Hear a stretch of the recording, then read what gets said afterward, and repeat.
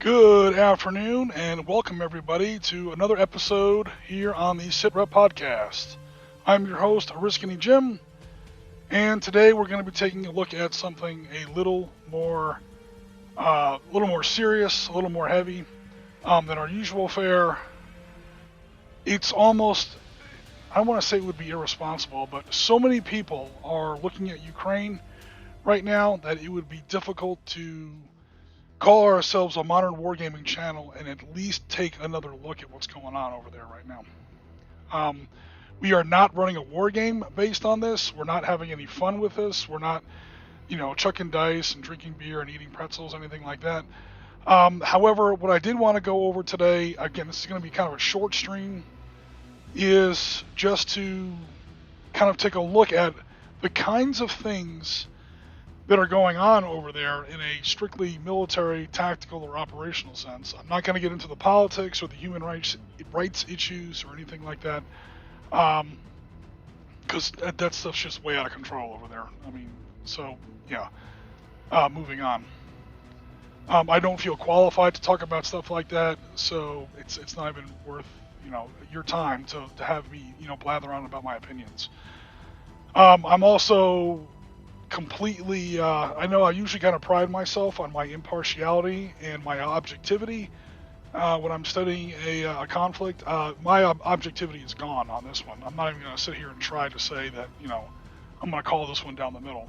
So again, I'm just going to look at these guys and look at these events and look at what's going on over there as if it were a war game, because sooner or later it will be.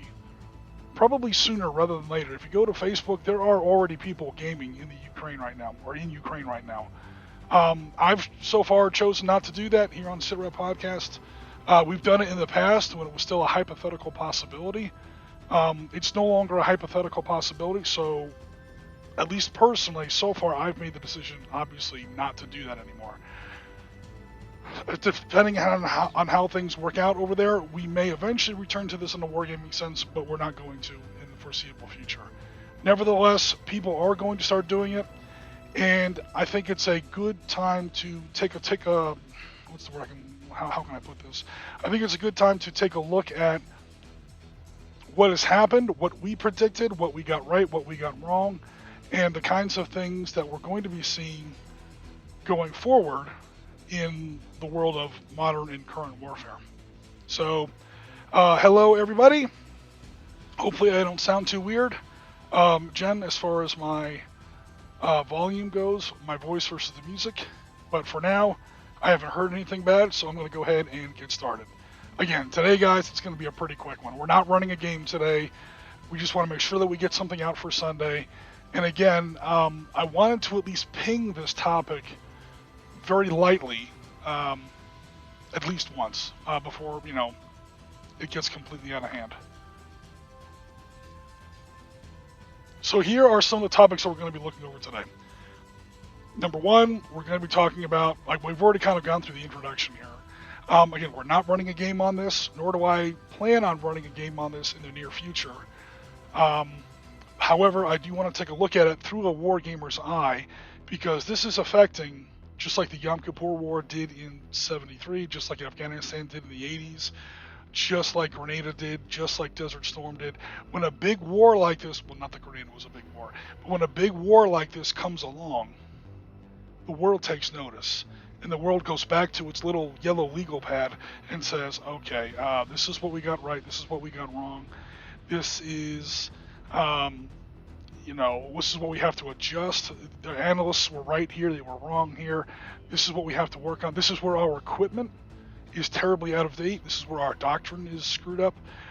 So real militaries do this, real governments do this. And honestly, as a wargaming channel, as a specifically a modern military wargaming channel, we need to take a look at this, because there are things that we thought, how militias work, how the Russian army is going to perform, how all their equipment's going to do, because they're usually like the big bad guys. And even when they're not, very oftentimes their equipment, army, tables of organization equipment, orders of battle, doctrine, training models, all that stuff, they are. Even if it's not the actual Russians you're fighting, we might be up against an army like the Iraqis that was largely built on a Soviet model, or Arab-Israeli wars, the Syrians and Egyptians at the time were largely built on a Soviet model or a Russian model. What's going on in Syria right now? The Syrians, we were up against the Russians there for a while. We would go, if God forbid we ever go up against the Chinese. That's a largely Soviet model, despite all their protestations to the contrary. We have to take another look at the Russian model of war and take a look at what we got right and what we got wrong, because, man, we got a lot wrong. And as far as Sitrep podcast goes, we are in some good freaking company. A lot of people got a lot of stuff wrong here, between me, pitiful little Ariskany, all the way up to the CIA and back again. We got a lot wrong. We did get some things right, though, so we'll see what happens. All right, so anyway, here's what we're going to be going over. We're going to be going over our predictions, what we got right and what we got wrong. We're going to be going over units and composition review. What units, if you ever want a game in Ukraine, or even if you just want to take a look at, okay, what's going on in the Ukraine and how can I apply it to my own war games in other areas. Again, you don't have to game in the Ukraine to game in Ukraine, so to speak. By the way, I should stop calling it the Ukraine. That's a bad habit of mine. I'm trying to break it. It's no longer the Ukraine. That was when Ukraine was a territory or a former Soviet Socialist Republic. It's no longer like that. Now it's just Ukraine. So I apologize for that. I'm a big World War II guy. That's where I came up. I spent 30 years of my life up to my neck in World War II, which, again, probably about 50% of World War II took place in what is today Ukraine. So I grew up calling it the Ukraine. So again, if I do it again in the stream, I apologize. We're going to be taking a look at mechanics, because wow, has this stuff changed from as little as like 2 years ago. How artilleries and mortars work. We've learned that you no longer need a spotting unit to call an artillery and kill a Soviet or to kill a Russian general. You need a cell phone. So that's changed. Speaking of which, we need to talk about electronics. And holy crap, do we need to talk about troop quality and morale. We also need to talk about spilling, apparently. Sorry about that. We need to be talking about troop quality and morale, because what we thought how the Russian army was going to behave has not behaved that way. Let's be serious. Conversely, we need to talk about militias. Militias are usually the death of an army. This goes all the way back to the American Revolution in the 1770s and 1780s. When the defense of a nation has to rely on militias, you are usually screwed. You are usually doomed. All the battles that the American Army lost in the American Revolution were all due to militias. When the American Civil War started, it largely tried to do on this crappy citizen army 90-day enlistment, and you see the results in some of the early battles of the American Civil War. In World War II, we saw the Volkssturm. I mean, militias are terrible, usually. This, so far, has been Ukraine in 2022 has sort of been the exception that proves the rule. This is, militias have definitely stepped up and done a lot more in this particular conflict, and we need to take a look at why. Other nations. Not only are the Russians in there, not only are, of course, Ukrainians in there, people from other countries have gone in there, not just as individual volunteers, but also like whole units from other nations. I'm talking about the Chechens. I'm talking about potential Syrian mercenaries, although I don't know if that rumor was ever confirmed. There's going to be some other things we want to take a look at there. So what scale do you play this at? Well, you can play this at, level 1, 2, or 3. We'll talk about that in just a few minutes. And yeah, like, do you play this at the skirmish level? Do you play this at the tactical level, or do you play it at the operational level? And what are the different, problems you're going to run into in those 3 areas? The logic of this invasion. I've looked at a lot of invasions historically. I've never seen this one this badly. I've never seen one this badly planned. So we're going to be taking a look at that. The timing of the invasion, like literally what month it was launched in. I can't see how someone who is so entrenched in history as Mr. Putin is, has made this many historical mistakes. Like down to, the worst time to do anything in this part of the world, militarily wise, is late February, early March. And history's going to bear me out on that in just a few minutes. Um, and then the pitfalls. If you do choose to game in this conflict, if you do choose to game in Ukraine 2022, you're going to run across some problems, big time. You're going to run across huge misreporting and misrepresentation in the media. You're going to have gigantic bias, which I fully admit myself. Some other people are going to have a lot of bias, and even if you don't, your players will.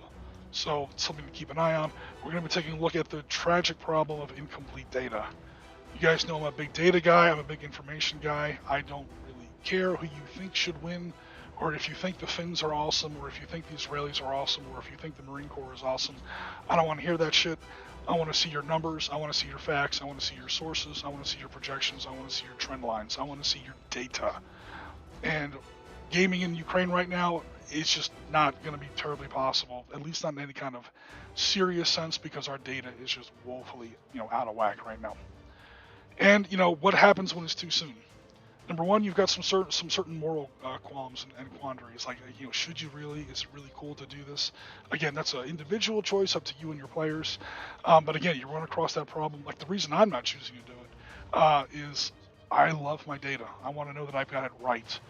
Some people obsess about mold lines. Some people obsess about eyebrows in their miniature. Some people obsess about rivets in their tanks. You can keep all that. I want to know, are the numbers right? Are the facts right? The places, the generals, the dates. I want to know all that. Right now, there's just no way to really get that. So that's why, for the moment, I'm staying away from Ukraine. All right, so let's talk about, let's go ahead and start this little outline here. Let's talk about our predictions. What do we get right and what do we get wrong?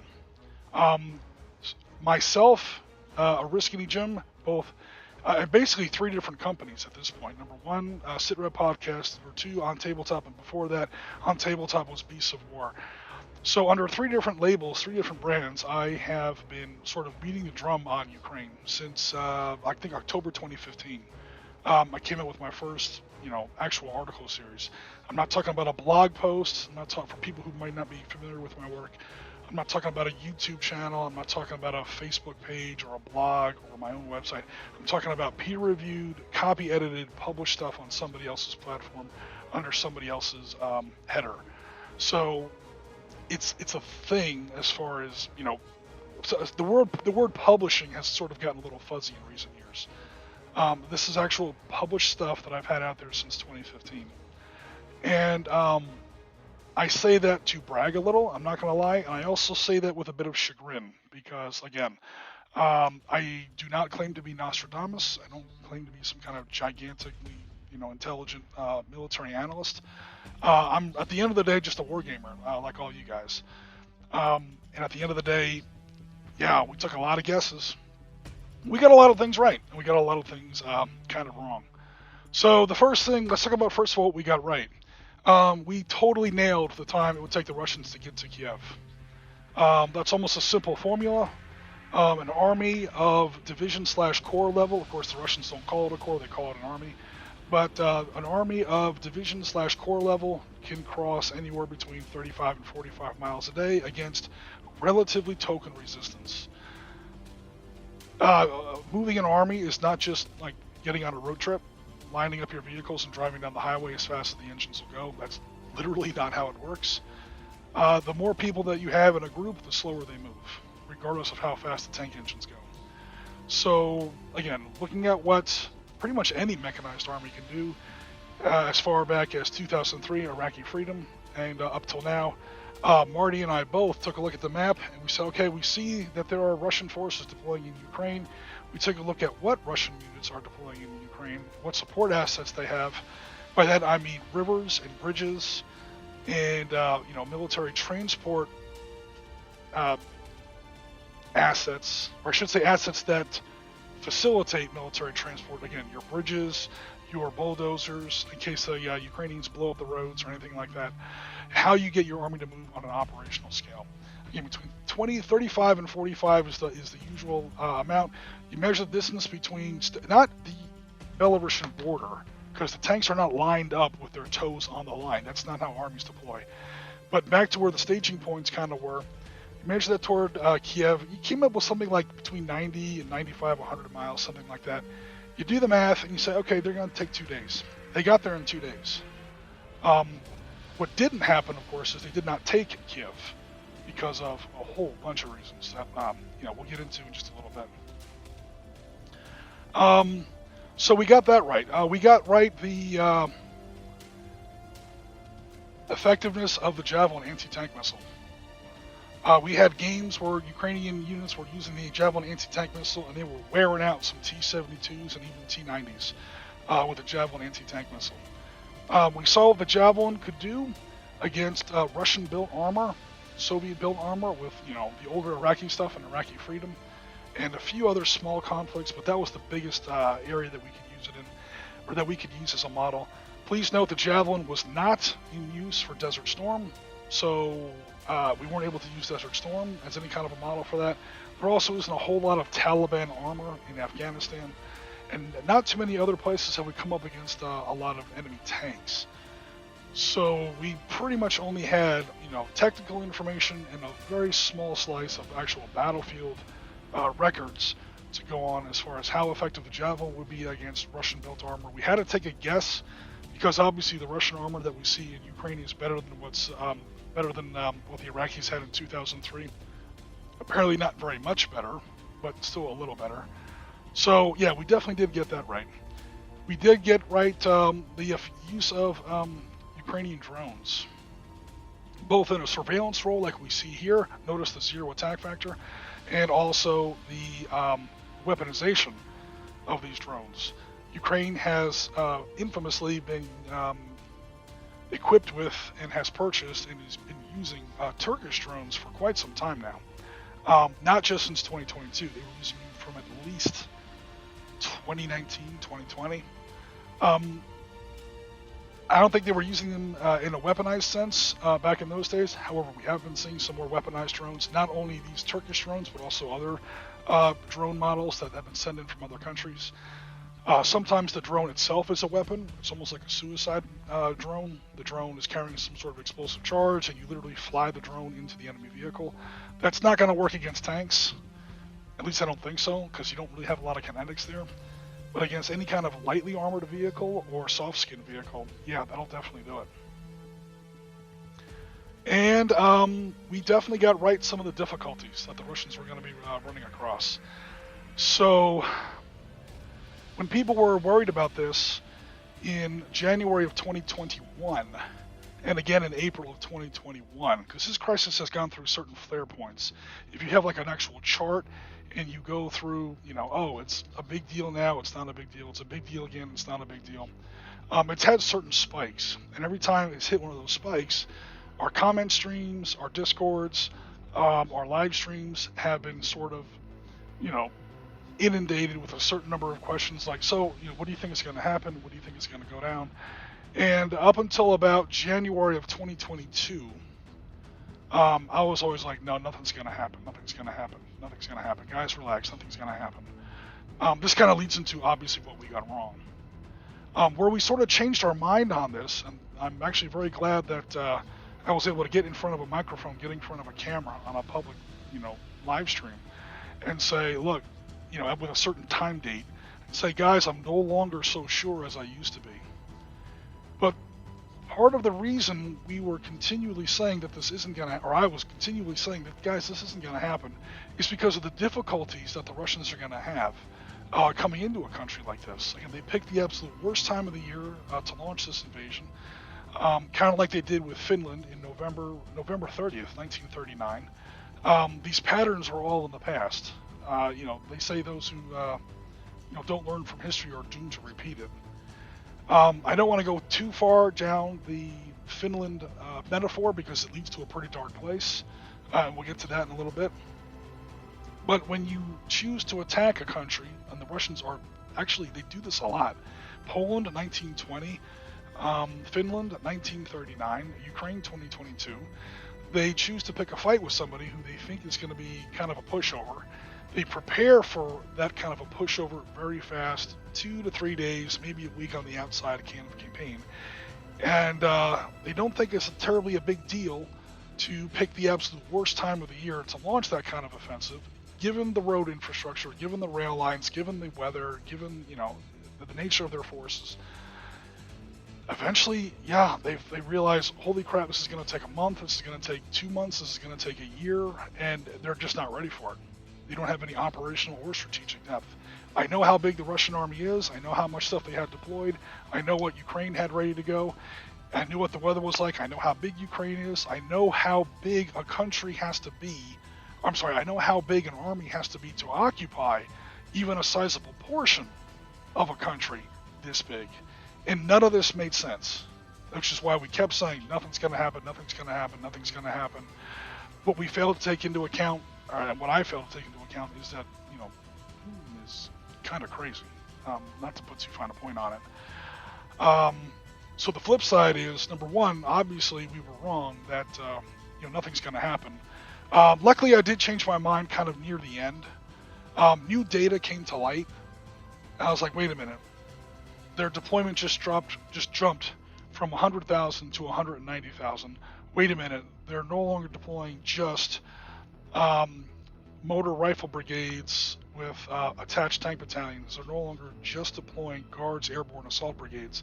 They're deploying engineers. They're deploying bridge laying units. They're deploying air defense batteries, S-300s, S-400s. Not just stuff you used to, the Alexanders, or the Iskanders, I should say. Those kinds of offensive weapons. They're deploying defensive stuff that they use to protect their troops in enemy territory. Holy shit. Something might actually happen now. So luckily we made that pivot.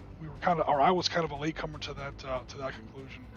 But I'm not a guy who panics. I'm not a guy who looks at something that pops up on BBC or YouTube or the Huffington Post or Fox News and freaks out and says, oh my God, get ready for a mushroom cloud over Manhattan. Again, I want to see your numbers. I want to see your data. I want to see what your projections are based on what sources, where are you getting this information, and I want to see what actually is, what you think is going to happen, and based on what facts, F-A-C-T, facts. And at the very end of 2021 and the early part of 2022, the facts started to change. And anybody should be very, very open to changing their mind when the facts change. So we were able to do that. Even with that, however, again, going back to what we got wrong, or what I got wrong, was the scale of the invasion. I was picturing something in Donetsk and Luhansk, where there was already, obviously, a conflict in progress. Pro-Russian separatists were already in control of some of the territory of those two areas. And once Putin sort of recognized that there was going to be once Putin recognized those two as their own, air quotes, semi-autonomous countries, that was bad news. Because again, the separatists didn't militarily control all of those two territories. So I'm like, okay, the Russians are going to go into those two territories. They're going to take the entirety of Donetsk and Luhansk, which means direct, muzzle-to-muzzle conflict with Ukrainian forces in formal, open, army-scale combat. And then he might take a little bit more, just so that he has something to negotiate back to. The old Middle East, ceasefire, war by ceasefire, kind of a trade-off. So he's going to take everything that's in Luhansk and Donetsk. He's going to take maybe 50% more than that, just so he can give back that 50% at the peace table and end up with what he wants, which is a semi-autonomous Donetsk or Luhansk that he can then dominate or assimilate or annex completely back into Russia. I'm not sure how that plan was going to work.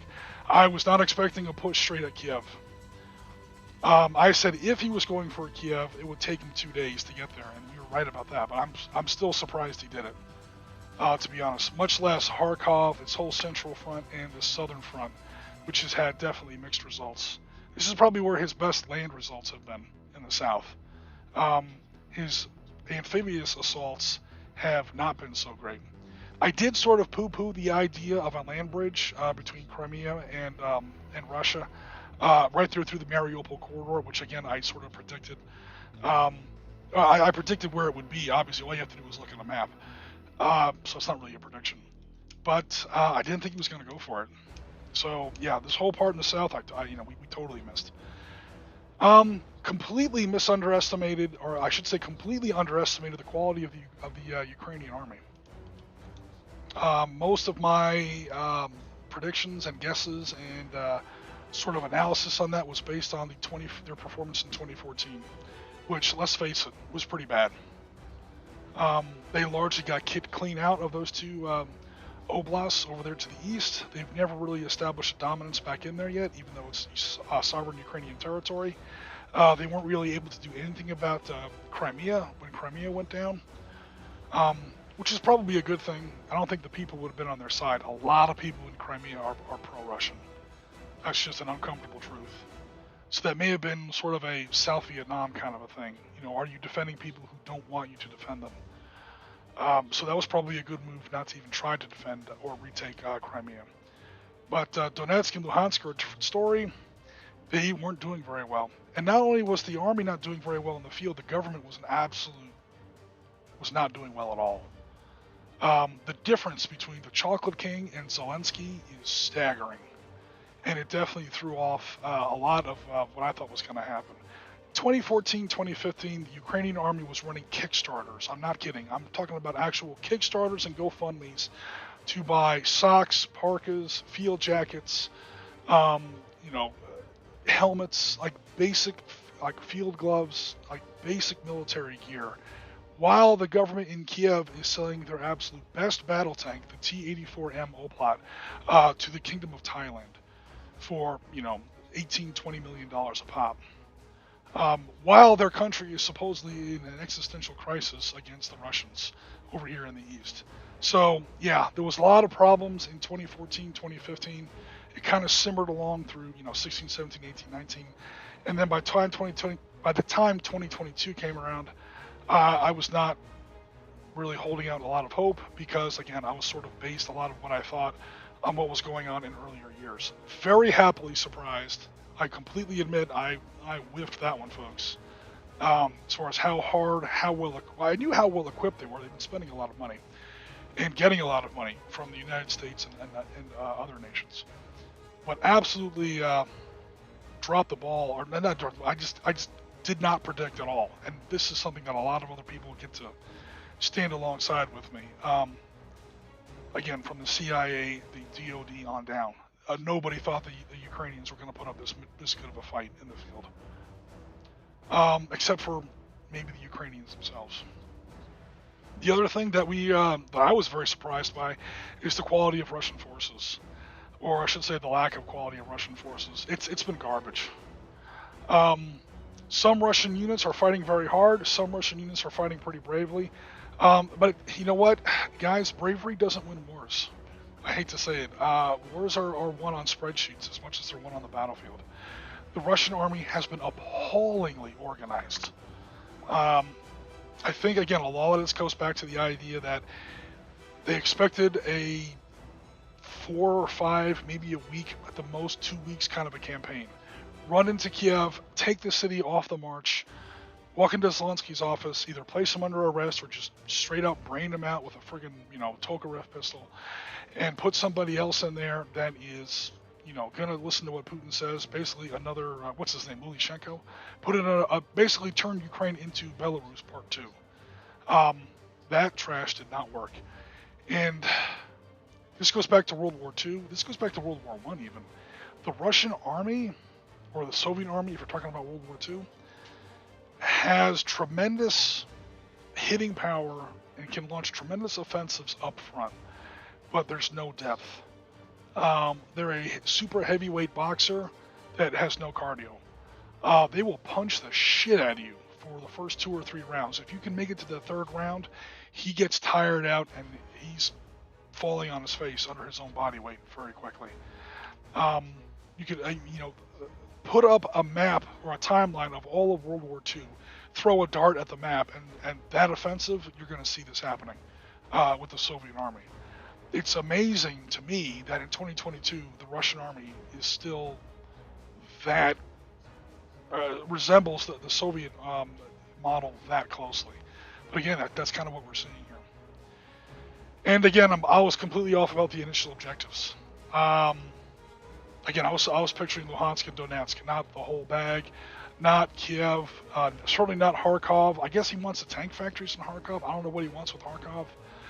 He wants them pretty bad, and I wasn't sure. I did sort of downplay the possibility of a Mariupol land bridge. And we looking at the map, so I was clearly not right about that.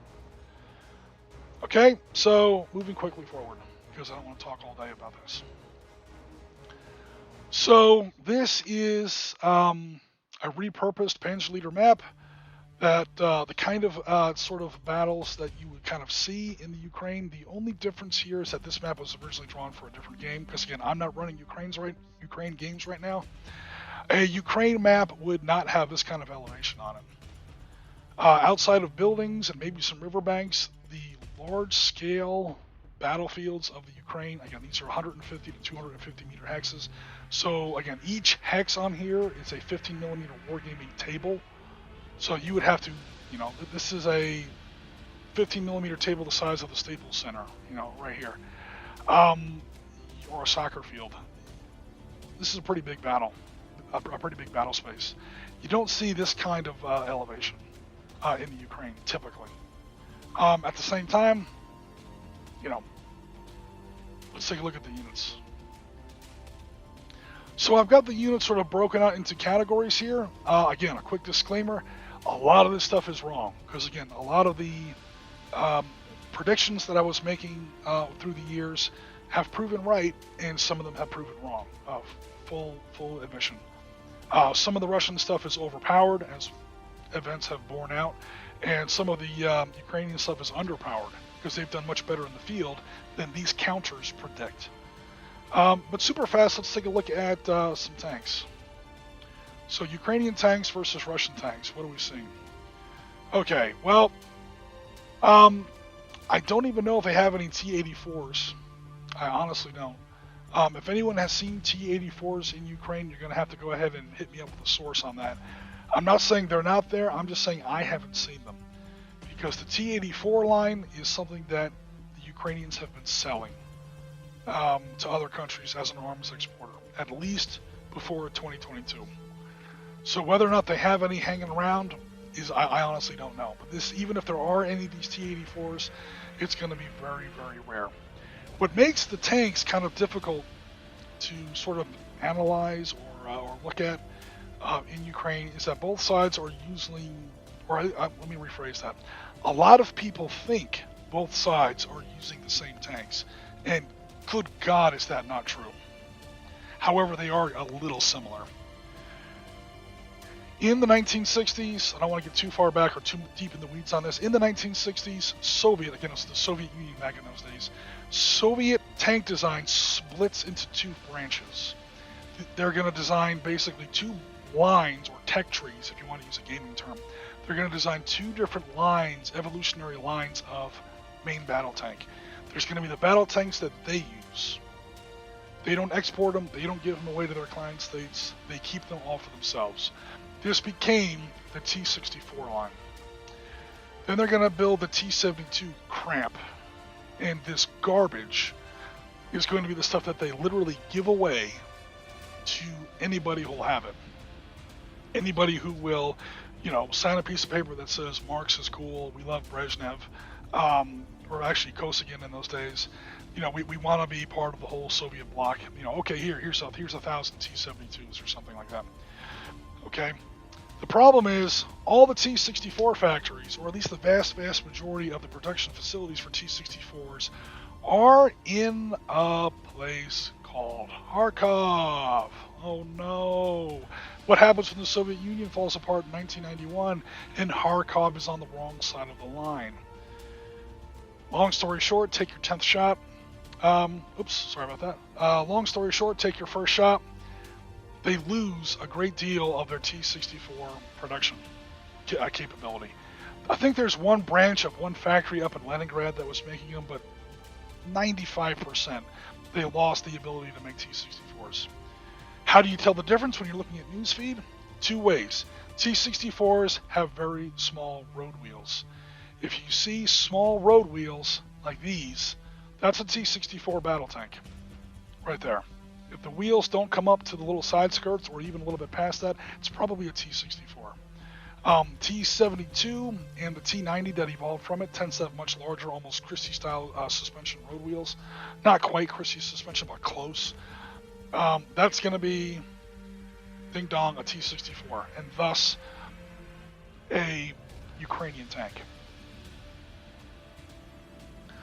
I'll catch up with the comments in just a second, guys. Let me go ahead and at least get through the tanks. So the T-64 came out. You will not see it in like North Vietnam's army, Egypt's army, Syria's army, China's army, all these other armies that the Russians used to be friends with, anything like that.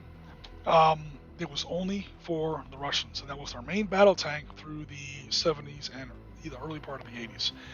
Then, in the early 80s, they rolled out with a T-80, which was only for the Russians. At least that's kind of how it was supposed to be. Only for the Russians, and it was going to be developed out of the T-64 line. Again, mostly built in Kharkov, and then there were developments and different versions based on that.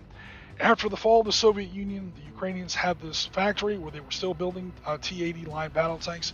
They have cranked that up into what they call the T-84, and then the T-84U, and then the T-84 Oplat, O-P-L-A-T, and the T-84 Oplat M, which is one of the better tanks in the world right now. Unfortunately, there's only about 20 of them in existence, and they've all been sold to the Kingdom of Thailand, to my knowledge. The Ukrainians have literally sold or given away all their own best tanks because reasons. Also, a lot of very rich and powerful people who are not the most law-abiding citizens in the world run this kind of stuff in Ukraine. I know they're the good guys. I know that we're all on their side in this conflict. However, corruption and political problems have undeniably been a problem in Ukraine, and that's the reason why their military has to fight this battle with largely T-64 era battle tanks left over from the late 60s.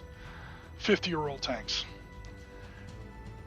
Fortunately for them, they're up against the Russians, who have a bunch of old T-72 garbage, which was not only out of date, but it's out of date, and they weren't even the Russians, when they were building this stuff in the late 70s and mid 70s, even they didn't want it. They were like, this is the trash that we're going to give away to other countries or sell to other countries. The problem is, after the fall of the Soviet Union, man, this is all they had. So they tried to develop the T-90 out of the T-72. Whether or not the T-90 is better than the T-72, well, clearly it's better than the T-72, but how much better is going to be up for debate. I'm also not sure if I've seen any T-90s in Ukraine. I know there's been plenty of T-72s and T-72Bs, B3s, BV3s. There's all these upgrades. Another good way you can tell the difference between a Russian tank and a Ukrainian tank usually is, let me get back to this little picture here. Okay, there's some text in front of there, so I apologize for that. If the reactive armor looks like a bunch of bricks, it's usually a Ukrainian tank. If it's got the much more sharp or wedge-shaped, what they call Contact 5 reactive armor, especially on the turret kind of looks like an arrowhead, that's probably a Russian tank. Probably a T-72B3, maybe a T-90, I'm not sure. It's tough to tell under all that reactive armor. Reactive armor is like these explosive blocks, for anybody who might not know in the stream, that sort of, when they get hit by a shaped charge or a heat-style warhead, high explosive anti-tank style warhead, the blast from the armor itself actually explodes outward. It's a shaped charge that explodes in the opposite direction of the incoming explosion of the shaped charge of the warhead, and it breaks up the impact of that shaped charge and saves the tank, in theory. It usually works. Marines have been using it on their M60A1 since the Gulf War. The Israelis have been using it before that. They've had M60s go into Lebanon with reactive armor plates on them.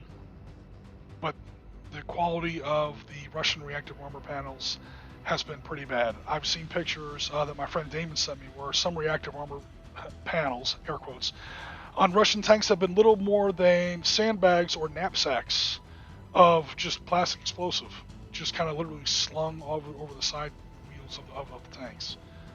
The degree of unpreparedness in the Russian army, again, has been kind of staggering. So let me go ahead and catch up on the chat. Jennifer Lemon says, on a lighter note, congratulations on reaching 750 subscribers. Thank you very much, Jennifer. Yeah, we hit 750 just today. So we are getting there. Ukrainian militia equals territorial defense units.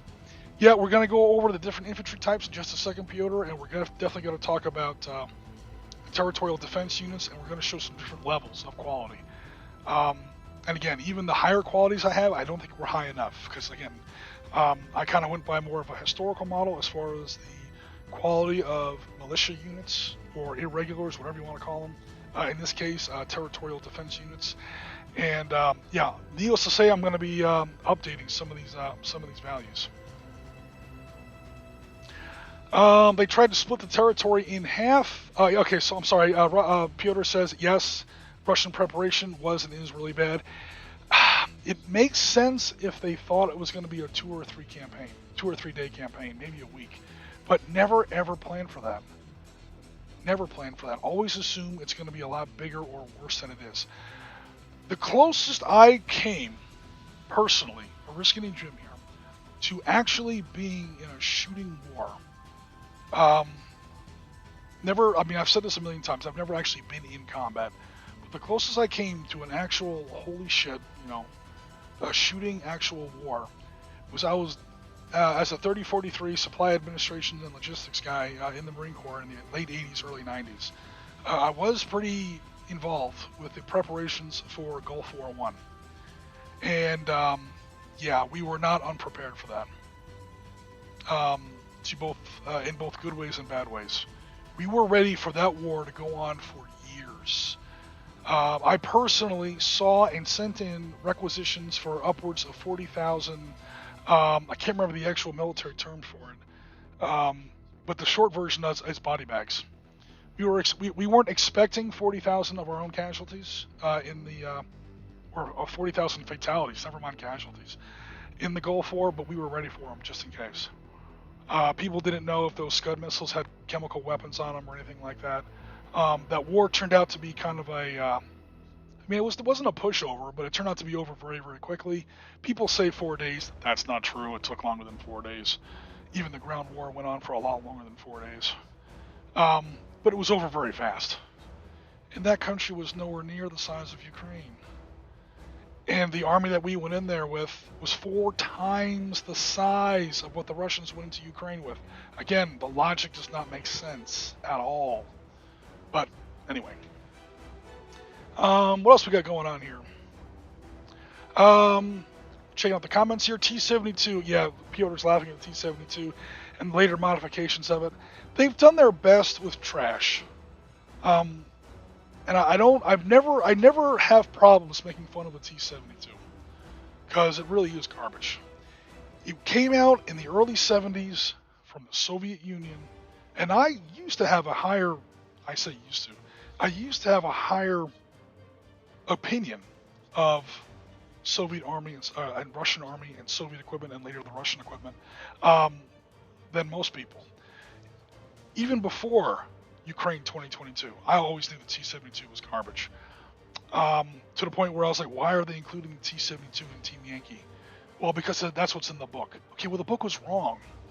Because the book Team Yankee was based on Sir John Hackett's Third World War in Europe, August 1985, and he made some slight mistakes in his predictions as far as what tank the Russians were really going to be using in Europe in 1985, blah, blah, blah. That's a whole thing I won't get into. The T-72 was the throwaway tank designed to be such from the Soviets in the late 70s. You're a wargamer, you want proof, go out, pick up Red Thunder right now. That's the expansion for Team Yankee, and you'll see it right there on the card. Even Flames of War knows it, even Battlefront knows it.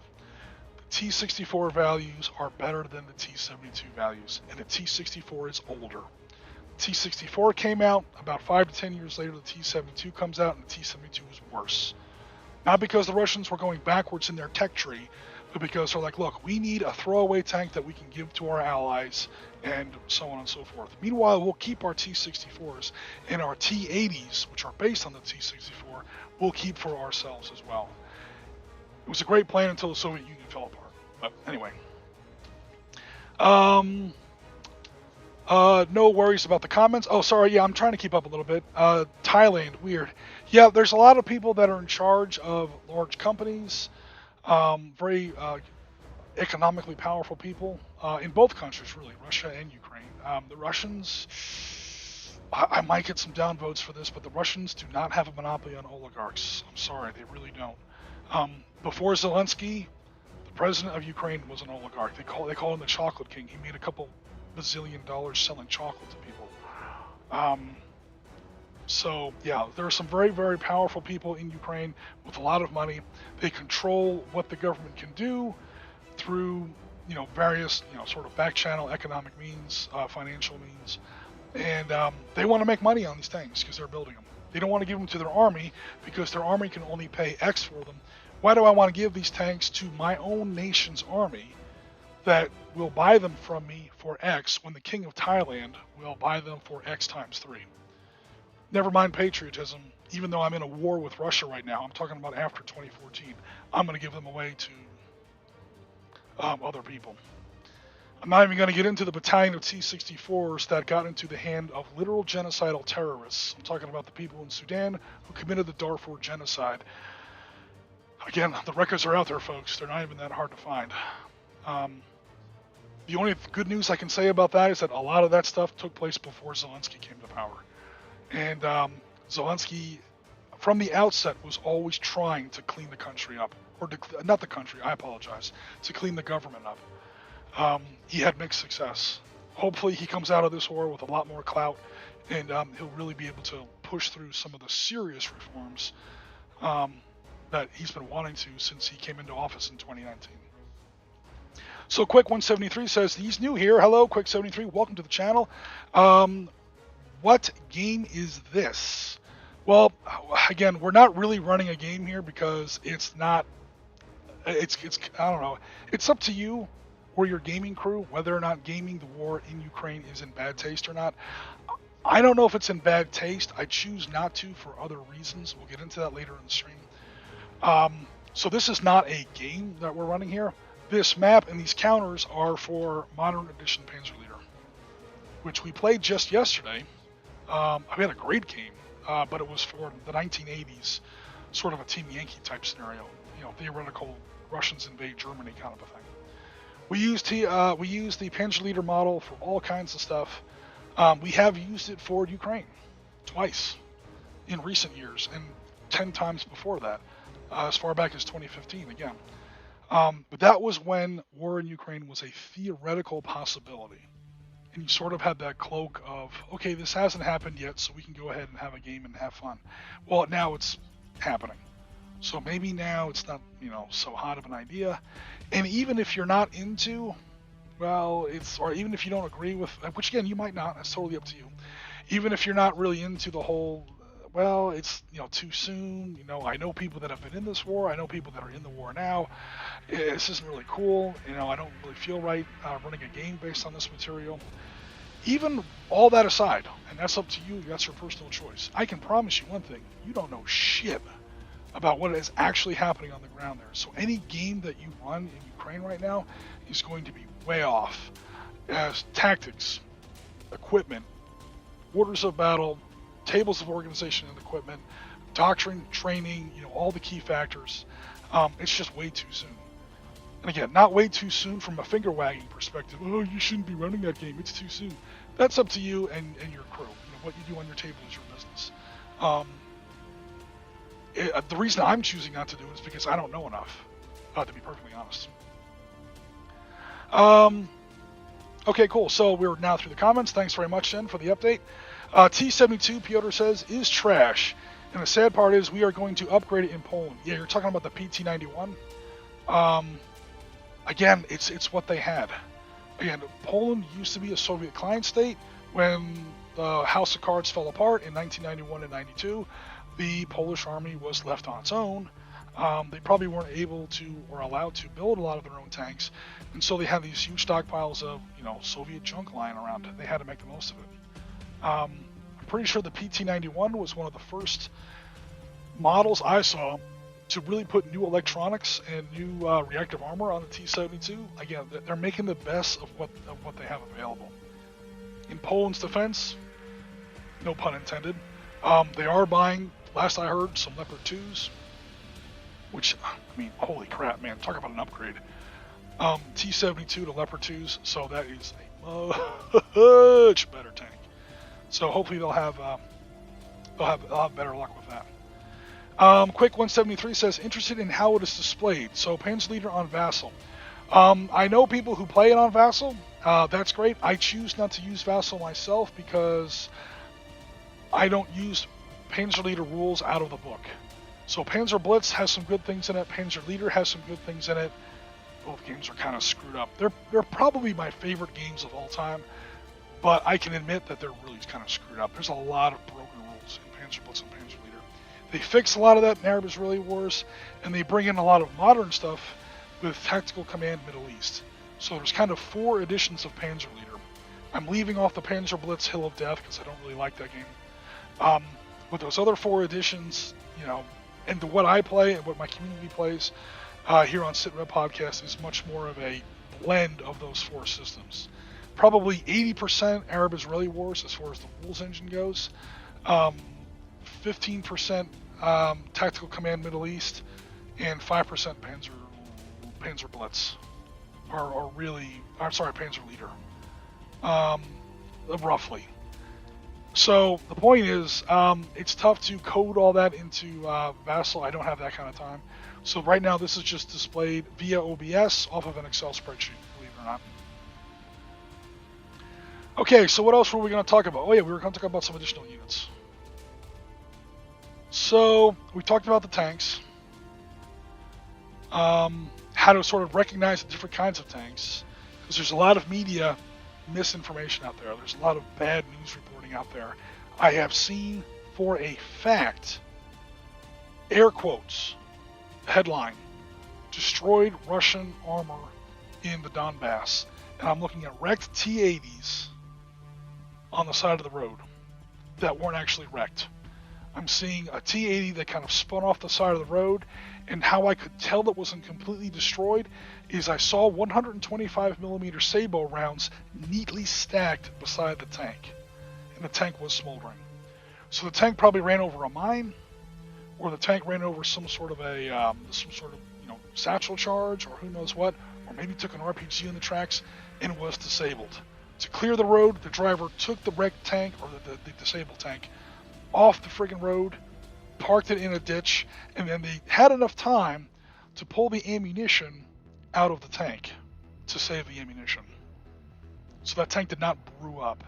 The tank was not even in that big of a fire to where let's bail out of the tank and not climb back in the tank while it's on fire to grab the ammunition out of the ammo locker.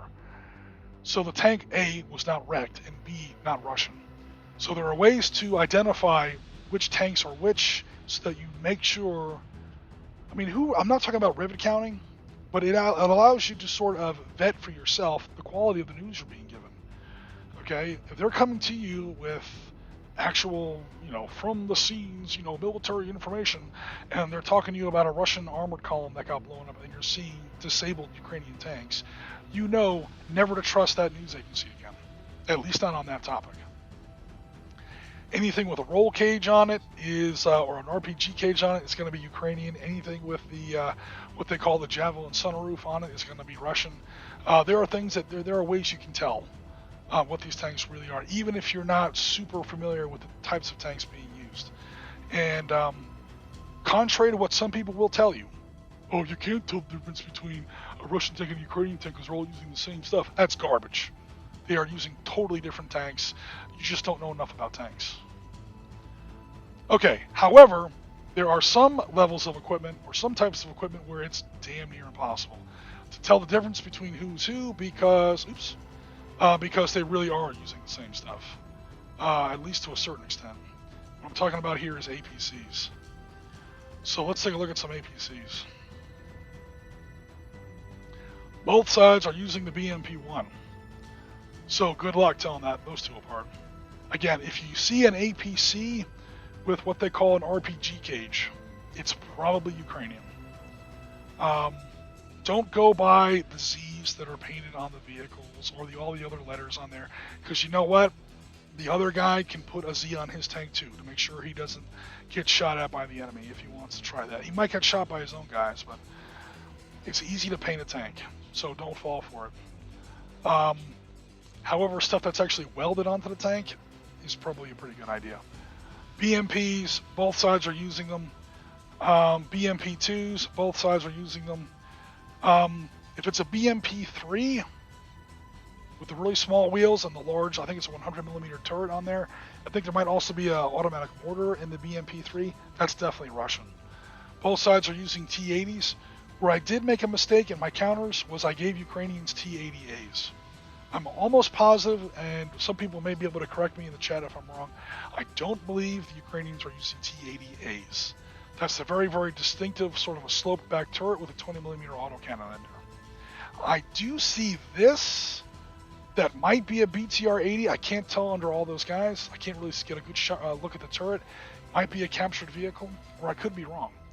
But I don't think the Ukrainians are using T-80As. Could be wrong about that. And there's BTR-82s, and of course everyone's using trucks. So there, it's a little more even. BMPs are terrible. That's an old school Soviet vehicle. Transports, I think, 8 infantry plus a 3-man crew. At least that's what they're supposed to do. I would love to see 8 people actually try to fit into a BMP with like military equipment and gear and body armor and everything else like that. You're going to be packed in there like clowns in the circus, dude. And then like the part of the fuel tank is literally in the back door, through which the troops have to egress to dismount the vehicle. Oh man, that thing's a death box. Unfortunately, both sides are kind of using it. That's one of those vehicles that is everywhere, are the BMPs and its various configurations. Let's take a look at what else is going on here. Both sides are using the Grad, because of course they are. The BM-21, I hesitate to call it a multiple launch rocket system, but that really is kind of what it is. Both sides are using the Grad. That's going to be both in the Donbass and in battlefields further south and further west, down towards Mariupol and Kiev. So the Grad is literally a box of gigantic rockets that fires off the back of a truck. It's sort of based off the Katyusha of World War II. People are still using it nowadays. It's cheap. It's ubiquitous. There are literally thousands of these things all over the place. Armies are not going to stop using this anytime soon. It's also great to give to separatists. Pro-Russian separatists in the Donbass have been using this stuff since 2014. You can almost make your own ammunition for it, like in a garage. You know, a guy with a welder, a chemist, a guy with a decent amount of chemistry, and a little bit of time, you can probably make your own rockets with that stuff. Very inaccurate, which is why it's so infamous. It hits a lot of civilians. It's pretty much a carpet bomb kind of weapon. So yeah, everyone's kind of using it now because everybody has it. It's unfortunate, but it's happening. Of course, you also have the 2S3 or other self-propelled howitzers, SPHs, that the Russians have been using. This is again old Cold War stuff, but the Russians still have it, and it's pretty good. So you know, why wouldn't you use it? Russians have also been very good with mortars. Now, one thing I don't have here right now are Ukrainian mortars, which I'm going to have to fix. Ukrainians have been making some very, very good use of mortars, up to and including tracing a cell phone call from a Russian general, because Russian communications are also garbage, and dropping a mortar shell on his head. Last I heard, at least 4 Russian generals have been killed in Ukraine. I don't know if they were all killed that way, but that's happened to at least 2 of them. At least according to the news agencies. Again, I read the same news you guys do, so anything here I could say could be wrong.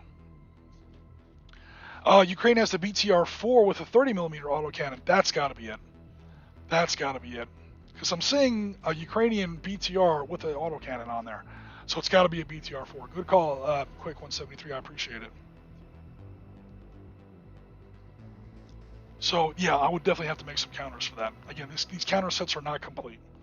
This was for when we were predicting what a possible Ukrainian war could look like, and we got a lot wrong, obviously. We did get a lot right in our defense, but we did get some stuff wrong, in all honesty.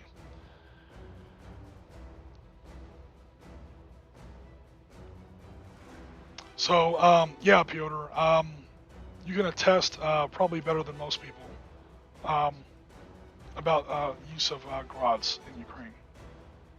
That's probably all I should say about that. Let's talk about infantry. And here's where, admittedly, I got some things right, but I made a lot of mistakes too. And all these counters were made up before the war, so this was all gazing into a crystal ball with a big old crack in it, because we got some things wrong. One thing I'm happy to say I did get right: Ukrainian infantry is better than Russian infantry. They do have a little bit of a better attack factor. What's not proven correct is the defense factor, the 7 down here on the Russian infantry. Russian infantry has been falling apart very quickly. So if you don't want to reprint all these counters, what I would probably do is slap them with a bad morale factor. Give them at least a C. Probably Ukrainian line infantry or mechanized infantry, give them a B. Everyone wants to give their infantry an A. Resist that notion. Start off with a B. A is for like elite units, U.S. Marine Corps, 82nd Airborne, actual like crack German units from World War II, stuff like that. I'm sure there are some units in Ukrainian military that would have an A, just not all of them. That's not the baseline. B is usually the baseline. Conversely, give the Russians like a C or even a D, because we've got guys looting supermarkets for food, calling up their mom on cell phones, crying about they don't know what country they're in, and that cell phone call is what gets them targeted by a Ukrainian artillery strike or a drone strike, and he literally kills himself with his cell phone. It's unfortunate, but it's been happening. So Russian motorized rifle and the other types of infantry that we're going to go over, not as good in real life as this counter makes it out to be.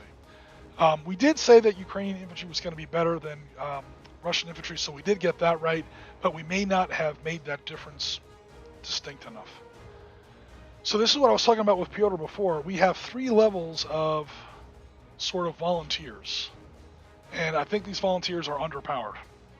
I think I sort of like I said earlier in the stream, I admit I kind of underestimated the effectiveness of Ukrainian militias, territorial defense units, and things like that. So these volunteer battalions are the kind of stuff that we used to see in the Donbass 2014 and 15. I think the territorial units that we're seeing now, especially with this huge influx of equipment, not only from Ukraine, but also from other countries. The United States, Germany, the United Kingdom has been sending them tons of stuff. Is a lot higher, especially their attack factor. They've also proven to be a lot tougher and more resilient than militia units usually are. So militia units usually get crappy defense because they're militia. The first bullet flies overhead, they run away because they're not militarily trained. Turns out that has not been the case. So I know when Kiev was first under threat, everybody saw the videos of, teenage women, old women, middle-aged women, housewives. They pick up their first AK-74, they turn to the camera and they say, and I quote, "Oh boy, I have an AK-74 now. I'm going home to get a YouTube video about how to use this." That's the quality of forces that we were looking at in a lot of Kiev. Despite that, battlefield results speak for themselves. They have done not unqualifyingly well, not 100% well. They have lost battles. They have not done well in some areas. However, they've done a hell of a lot better than I thought. I'll admit that much. So I would probably rename this to territorial defense units, like Pyotr was suggesting. I will probably crank up that both values really. Given that this is a 8 and a 7, I'll probably crank this up to like a 7 and maybe a 6, maybe a 5, at least a 5, probably a 6, and then leave other stuff like volunteer militia, conscript infantry, kind of where it is. Do notice that I did predict successfully that Ukrainian heavy, I take that back. I got this wrong. I did not predict this right. Heavy weapons platoons in the Ukrainian military should be more powerful, at least in their defense factor. At least in their attack factor, than the Russians.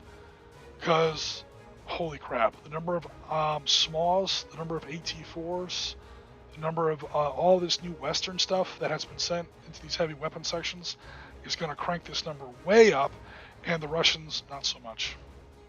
So I take that back. That part I actually got wrong. One thing we did get right, if I can find it, of course now I can't find it.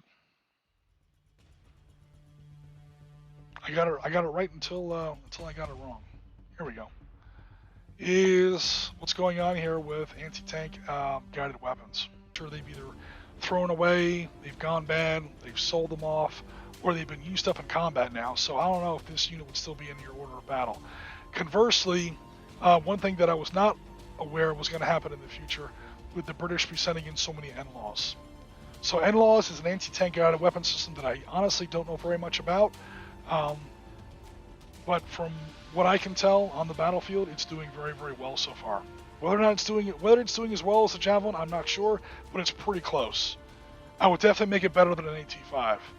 So I would give the NLAWs, again, I don't really know much about it, but for a guess, this is totally a guess, either a 45 or a 50. And that's going to really be up to data that I haven't looked up yet. And yeah, we're getting close. Again, we've already talked about drones. One thing I did not know was going to happen, at least not so fast, was the old crappy Russian-made man-pad system, man-portable air defense system, like the SA-18 Grouse, was going to get replaced by the new hotness, the Stinger. I say new hotness, the Stinger's been around for 40 years.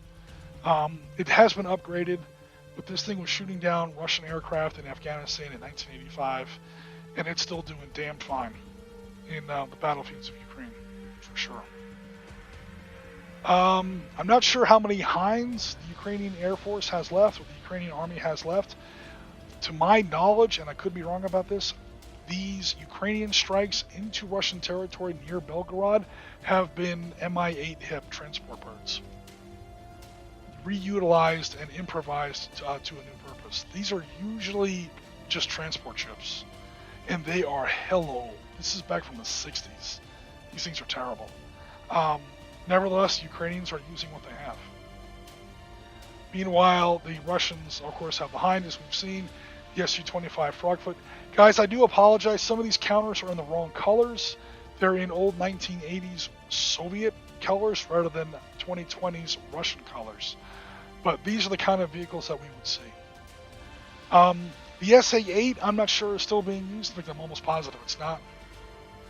But I included it here because this is the closest counter I currently have to the kind of stuff that you're seeing air defense the Russians are using. On top of, again, the S-300s and the S-400s. Oh, here we go. Tuffy ears, your ears must have been burning. I was about to say something about you. Thank you for coming by. Okay, so, oh wow, I got a lot of comments here. Okay, cool. I always thought the BMPs were better, QuickTime 173 says. Better than what? I mean, it's better than a BTR. Well, even that's kind of debatable. The BTR is faster, but only on roads. The tracked BMP has a little bit better armor. And of course, the BMP-3 is something I don't know a heck of a lot about. These values are kind of guesses. But it does carry troops, does carry an autocannon, does carry AT-10 anti-tank missiles. So APCs like the M3 Bradley, the M2 Bradley, the BMP, not really the BMP-1 anymore, but definitely the BMP-2 and 3, have replaced sort of what used to be tank destroyers in World War II. Not only can they carry infantry, but after they carry infantry, you can deploy them like hull down, in a tree line, in buildings, something like that, or between buildings, in rubble, stuff like that. And when the enemy armor is coming towards you, you can fire your guided missiles, kill a few of the tanks, and then get the hell out of there, because you are not standing toe-to-toe with tanks. I mean, look at these values. 48 is their attack factor, 6 is their defense factor. That's 8 to 1. If this thing sneezes on a BMP, it's toast. Of course, we're talking about a T90 versus a BMP-1. That's not exactly a fair comparison, but you guys get the idea. QuickTime says, yeah, that was crazy, just giving away AKs. I mean, I understand what the necessity was. I mean, there was a huge Russian army coming down the highway toward them. We're talking about the initial approach towards Kiev. I've got to blow above Kiev down here a little bit. This map was pulled as of yesterday. So we're seeing the effects of some of these Ukrainian counterattacks. I didn't know they were this expansive. I thought they were more localized. I don't know if I trust these yellow arrows. I don't think they've pushed the Russians back from Kiev all the way back into Belarus. There should be at least some pink left in here. So, again, I'm not 100% sure on that. I don't know how far I trust these yellow arrows. I know they're there. I don't know if they pushed the Russians back this far. Also, I don't know if the Russians are being pushed back or if in certain areas of the war they've just had to give up and pull out and the Ukrainians are chasing them. And those are two very different things. Oops. Alright, continue with comments. Okay, so Tough Ears, what I was about to mention is Russian support vehicles like the SA. Again, I don't think the SA-8 is still being used. This is just the closest thing I had at the time. So springtime, I apologize. A lot of my stuff is still Cold War era. I have seen some NTLBs, along with much more modern support stuff. Air defense vehicles, engineering vehicles, things like that. And this is what, infamously, these are the kinds of vehicles that have been towed away by farmers with tractors. I had to mention the tractors at least once. Tough Ears is going to complain in the comments that I don't have an actual tractor counter made up here. But in all seriousness, this is the kind of stuff they've been pulling away. I did see at least a photo of a BMP, which is like a 20-ton vehicle. These vehicles are anywhere between 45 and 60 tons, depending on the make and model. Most of the Soviet-built and Russian-built stuff is probably a little bit lighter, probably more like 45 or 50 tons. Also, it's a tank. And, yeah, a big difference between a tank. And this isn't just rivet counting. Again, look at the numbers. So 24 to 4, that's the speed, that's kind of average. And then this is a SAM, it can only engage aircraft, this can engage everything. It's like not even close. So stealing a tank, I haven't seen it yet. If there's a video or a photo in a link, then I stand corrected. But I've seen a lot of support armored vehicles being towed away, though. I definitely admit to that. We've seen the Su-25 Frogfoot, which has always been very unimpressive. Even back when Oriskany was, standing up for the Russians. Yeah, I've never liked the Su-25. It is a crap unit in Team Yankee, and deservedly so. Team Yankee got it right. It is not a good aircraft. Especially since it came out right about the same time the A-10 was coming out. It was seen as Russia's version of the A-10. Dude, it's not even close, man. It's not even close. Su-25 Frogfoot didn't even carry anti-tank missiles until the late 90s. The Su-25T. And for all of the hype about the A-10's gun, everyone loves to talk about the GAU-8A Avenger, 7-barreled, 30mm, 4,200 rounds per minute, automatic cannon. That's not the primary tank killer of the A-10. That's the Maverick anti-tank guided weapon. That's a missile. Like everything else in modern warfare, it's a missile. Enough with the guns. I know it's not as much fun in wargaming, but that's part of the problem with modern wargaming. Did they get to tractors yet? Yeah, Tough Ears. There we go. So Springtime says NLaws are. Yeah, I know they're British. I didn't know that they had a Swedish part in their DNA there. NLaws are UK/Sweden small anti-tank guided missile based on the Bill anti-tank. I remember those back in the day. Used by the AK as a replacement for AT-4 and Law 80. Okay, so then they're nowhere near as powerful as a javelin. Nowhere close. They will, however, be much lighter, so they would be more common. It would probably then be in this unit then, light anti-tank section, which means I need to crank this way up, because this is like old Law 72s, M72 Laws, and M203 grenade launchers, and it can't really. Look at the number 12. 12 versus where's a decent Russian tank? 12 versus 20. That's 1 to 2. You're never going to kill a Russian tank with that. It's literally impossible. I'll show you the chart in a second. 12 is the attack factor. You compare that versus the defense factor. Also, you'd have to take one, add one to your die roll because of that star composite or reactive armor. There's no way this unit can ever kill this unit. However, we are seeing NLaws killing Russian tanks, which means that this number 12 here is going to have to get jacked way up, because it sounds like from what Springtime's telling me that the N-Laws would not be their own little anti-tank guided weapon system, like we see here with the Javelin, because the units that you're talking about it's replacing is going to be different. It would be part of this unit instead, and this unit correspondingly would get a huge increase, like at least double, maybe triple. This might be like 36, and I'm not sure what the range on the N-Laws is. It doesn't sound like it would be very high. That's a guess, but I'm going by what Springtime's telling me in the comments, because I fired the AT4 personally in training, and AT4 does not have a long range, nor is it an anti-tank weapon, no matter what they say. That was a bunker buster. You put that into Iraqi bunkers, into Afghan caves, into buildings, and it'll make a mess of a BMP or a BTR for sure, but it's not taking out a Soviet MBT. No way. Unless you get right up behind it and put it right in the engine block, and by then you're blowing yourself up, as well as the Russian tank.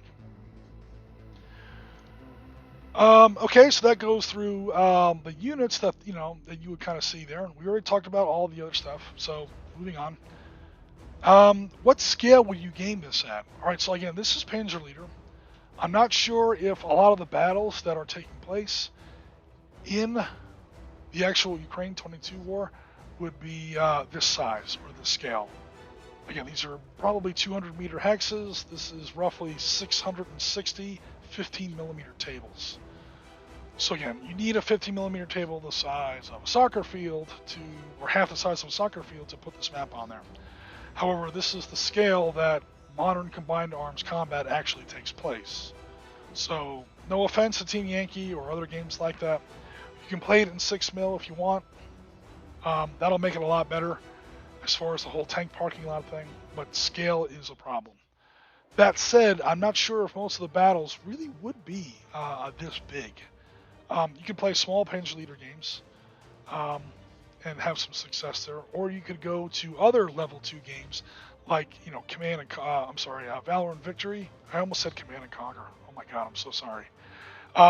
Like Valor and Victory, or what's another good one for modern combat? I don't want to say Fistful of Toes. That's not what I mean. GHQ Micro Armor. Although GHQ Micro Armor's tables are way out of date, you're going to have to make up a lot of your own stats. That's going to be a problem for almost any game. You're going to have to make up your own stats for this. Nobody's published this stuff yet, because nobody knows. Anybody who is publishing this stuff is a little irresponsible, if you ask me. But you're going to have to worry about your actual technical data. And again, Panzer Leader, updated Panzer Leader, Tactical Command Middle East, GHQ Micro Armor, maybe Team Yankee if you wanted to get crazy with it. Although again, I would probably play it in 6mm. That's if you're cool with gaming in Ukraine, which I wouldn't be, although not for the finger-wagging moral dilemma reason.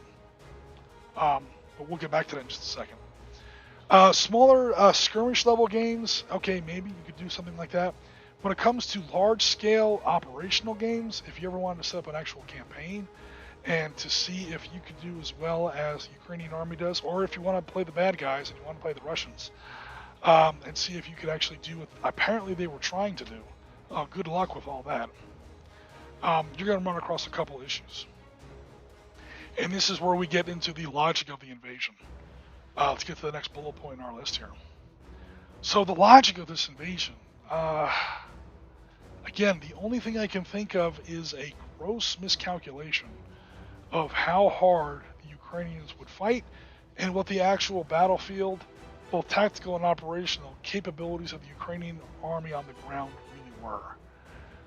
I know I made that mistake, so I can't, laugh at the Russians too hard as far as that goes. Although it's their business. I'm just a wargamer. They're actually planning to invade another country. You should have, have your shit together before you do this. Never mind the human rights and moral questions about invading somebody's country. I'm not even gonna touch that. I shouldn't have to be honest.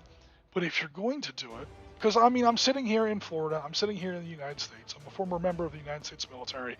We've invaded countries relatively recently. Um, so, I mean, can I really... I'm not going to compare Ukraine to Iraq or Afghanistan. At the same time, if you're, again, leaving aside the moral issues, if you're going to invade a country, if you've received those orders, and as a soldier, you're going to march forward with the orders you have in hand by the duly appointed civilian government above you. Again, civilians start wars. Don't ever blame the military. Civilians start all wars. If you're a military general that's in charge of this and you're going to go ahead and you got to have your shit together a little bit. Did they think they were going to take this over in like 2 or 3 days? Maybe. Once they didn't, yeah, they fell apart. Why they attacked in the middle of spring, or actually late winter, early spring, when the entire landscape of Ukraine is an ocean of mud. Read about World War II in the Soviet Union, like where 95% of World War II actually takes place. I'm so sorry if you thought it was about Normandy, North Africa, Dunkirk, any of that nonsense. Okay, 90% of World War II happens right here in the former Soviet Union. A huge slice of it takes place right here in Ukraine. Back then it was the Ukrainian SSR, but nowadays it's Ukraine, obviously. This part of the country turns into an ocean of mud in what they call the Rasputitsa. It's about 4 to 6 weeks in the spring and in the summer. It's when the rains come. And it rains all the time. And the ocean, the roads just, I mean, the roads are fine because you've got paved roads. In World War II, the roads weren't paved. But the countryside just turns into an absolute mud bath. It turns into quicksand. That's why you have these Russian advances. We see the evidence right here on the map. What is up with this advance model? Seriously. Are you guys seeing anything wrong here? How would you like to actually try and defend these flanks on a gaming table? This is absurd. Who conducts war this way? This is crime. This is criminal. Criminal to his own men. Who the hell does this? You don't do this. When the Germans were going into France in 1940, when we were going into Iraq in 2003, you don't invade a country this way. Why are the Russians only sticking to the roads and nowhere else? Why are they advancing on broad united fronts with closed flanks? Who are these people? They're people who are stuck only on roads because they invaded the muddiest country in the world in the muddiest, 5 to 6 weeks of the year. Why didn't they do it earlier when the ground was still frozen? Why didn't they wait until summer? Because they thought they were going to take the country over in 2 or 3 days. I mean, whatever. It's called a YOLO advance. It's called a LOL advance. I promise you that. Oh my God. Okay, so T and Cake is telling me in the comments, NLaw has a 20 to 800 meter effective range. That is 2 to 3 hexes. Well, no, 800 meters is, depending on the scale of hexes, anywhere between 3 and 5 hexes. So the smallest possible hex is 800 divided by 150. Yeah, that's 5 hexes. The Javelin has a range of 25 hexes. Okay, cool. So it's more of a light anti-tank weapon. I guess that's what the L stands for, light anti-tank weapon. Cool. Thanks very much, Tea and Cake. Yeah, so that answers my earlier question, which I kind of already figured out based on what Springtime was telling me in the comments, but it definitely confirms it, that NLaws would not be a replacement or a substitute or a stablemate for the Javelin. It would instead be worked into new light anti-tank sections. Or maybe even a special rule. Ukrainian infantry in close assault versus Russian armor, triple instead of double on the close assault tables, something like that. They definitely did that with the RPG for Egyptians versus Israelis in 1973. You could write a similar rule to that for Ukrainians versus Russians. In 20 here was only 190,000 people, according to the biggest numbers I've heard.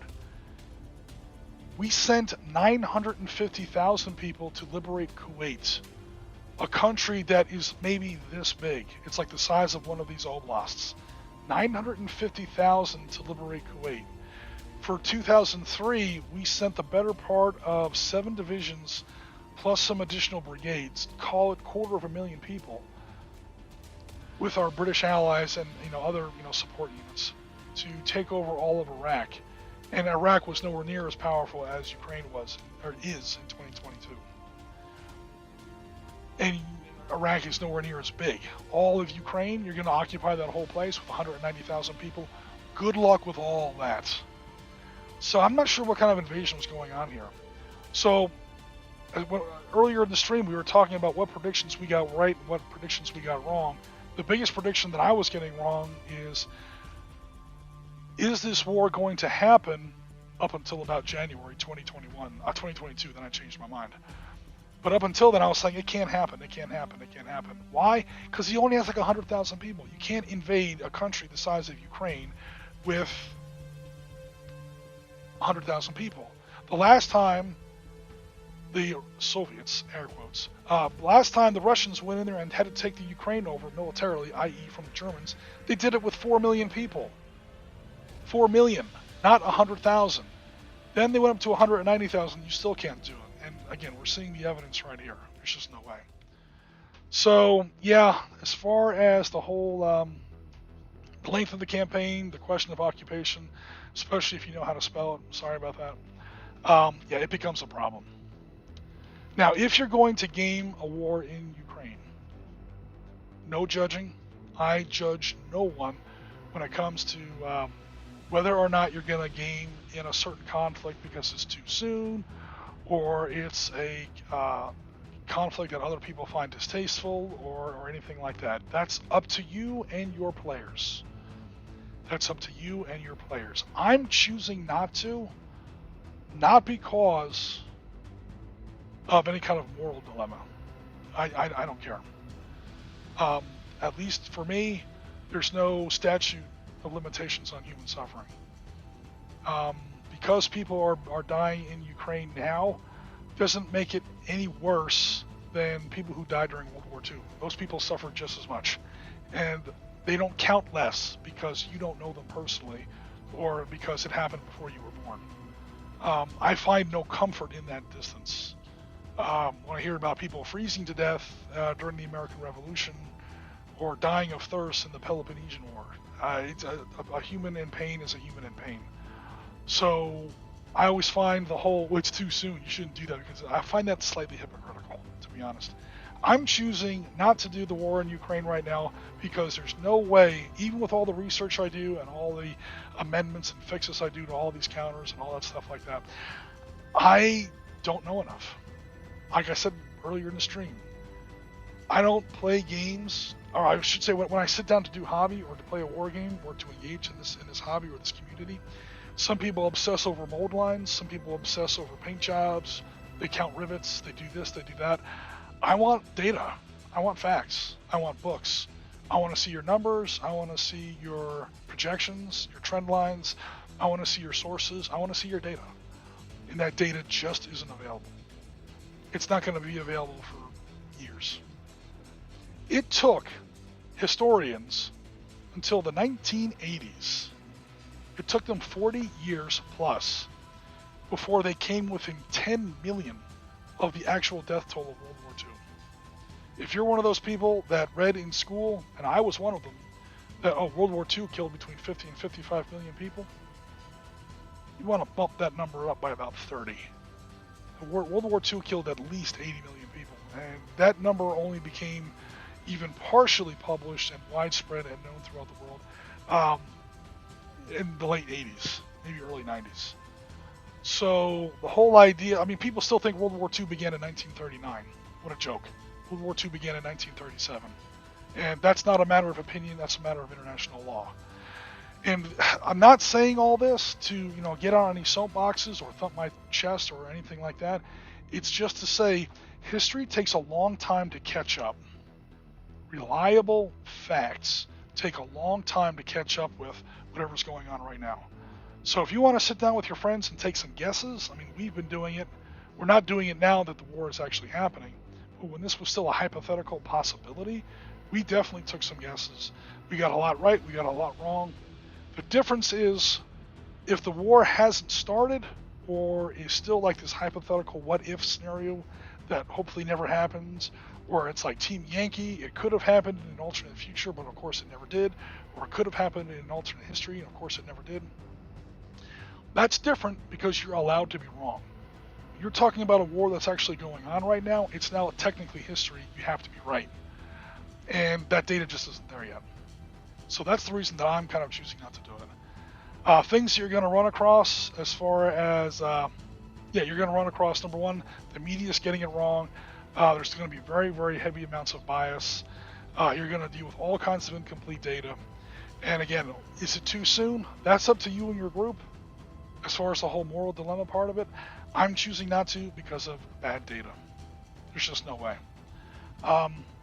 I'm sort of updating my, at least these counters, like a little bit here, a little bit there, one at a time, two at a time, just to kind of keep up with it and to sort of apply what we're learning about the war in Ukraine, or I should say what the war in Ukraine is teaching us, what we're learning from the war in Ukraine, and we can apply that into other conflicts around the world.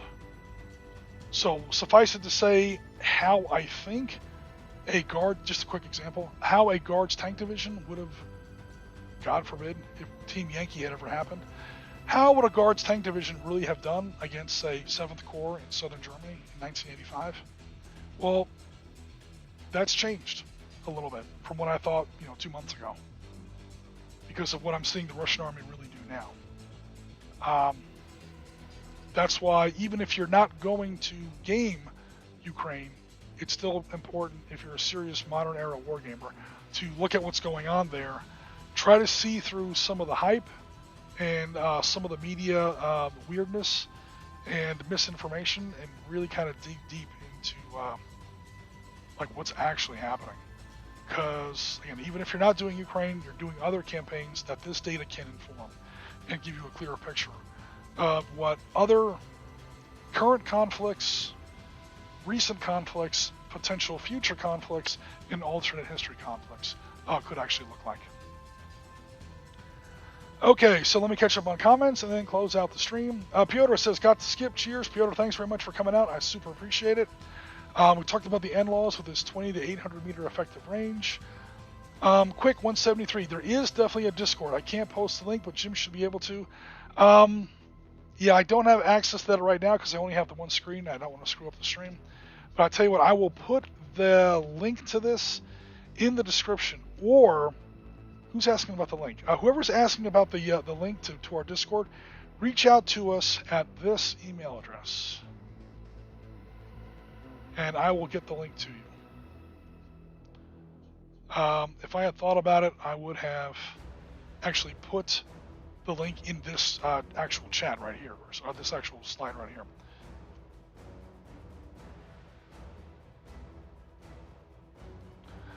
Reach out to me at that address, if I can ever type it. There we go. sitrep.podcast@gmail.com. Reach out to us there, and I will send you the link. Also, you know what? Even better. You guys are in our, whoever's asking about our Discord, you guys are in our YouTube channel right now. Scroll to our recent Miami Vice videos. Like 2 or 3 videos ago, you're going to see some stuff where we did some Miami Vice. Open up the description of that video. You will find the link to our Discord in that description. I can tell you that much for free. Quick 173, again, yeah, okay, so you're the one asking. That link is probably even more quickly available in again, a previous video on our current, or on the channel that you're in. Okay, cool, thanks. Okay, so let's see what else is going on here. We had a message retracted, no worries. They read the Dummy's Guide to Warfare and decided it was too complicated. Are we talking about our viewers, or are we talking about the Russians?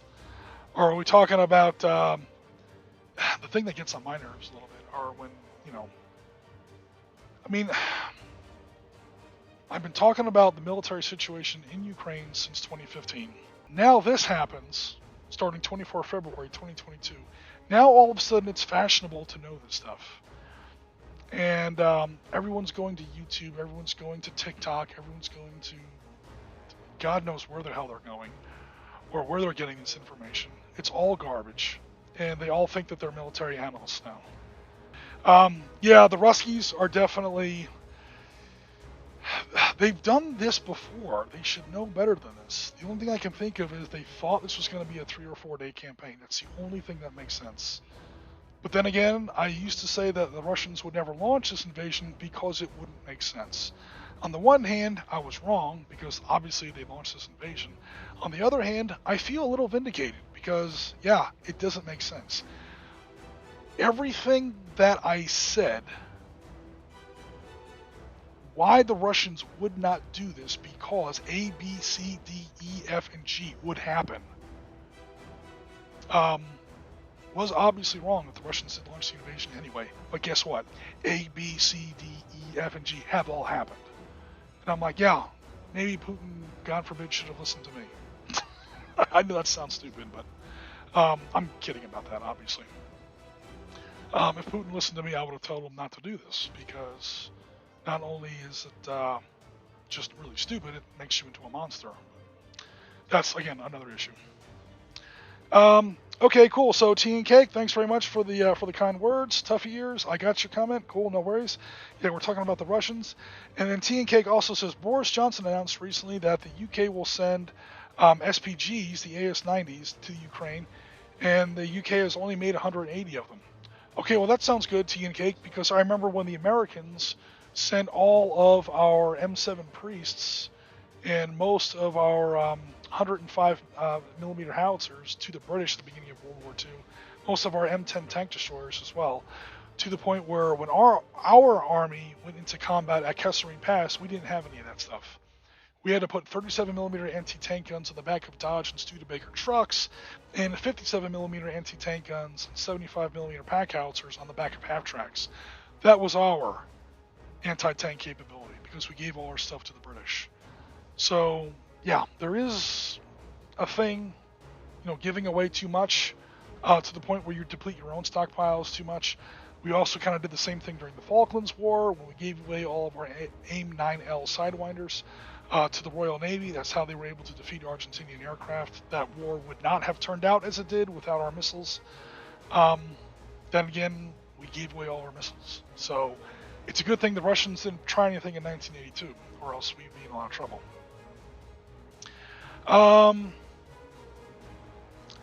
Let's see here.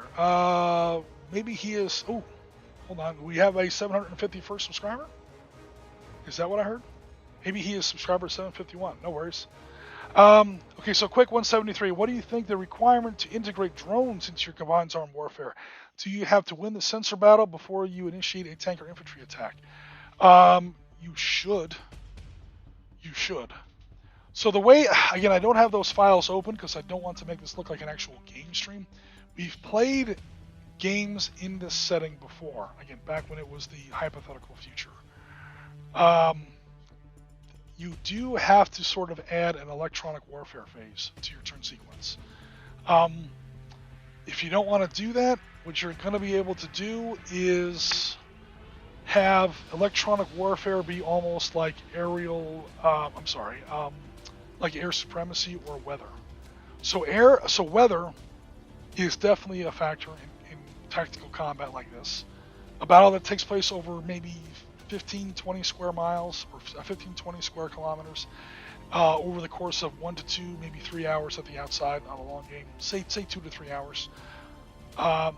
Weather is definitely a factor, but the weather is not going to change during that 2 to 3 hours. Weather is not going to be raining on one part of the battlefield and sunny and clear on the other side of the battlefield. Same thing with air dominance, air supremacy, and the same thing with electronic dominance and electronic supremacy.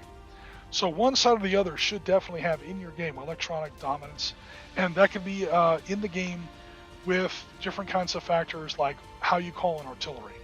So the way we've done drones in the past, even unarmed drones, like this one here, is, okay, you've got an artillery battery. I'll use the Russians as an example. So, well, the Grad probably wouldn't be able to do that. But let's just say for fun, hold on. Give me 2 seconds here.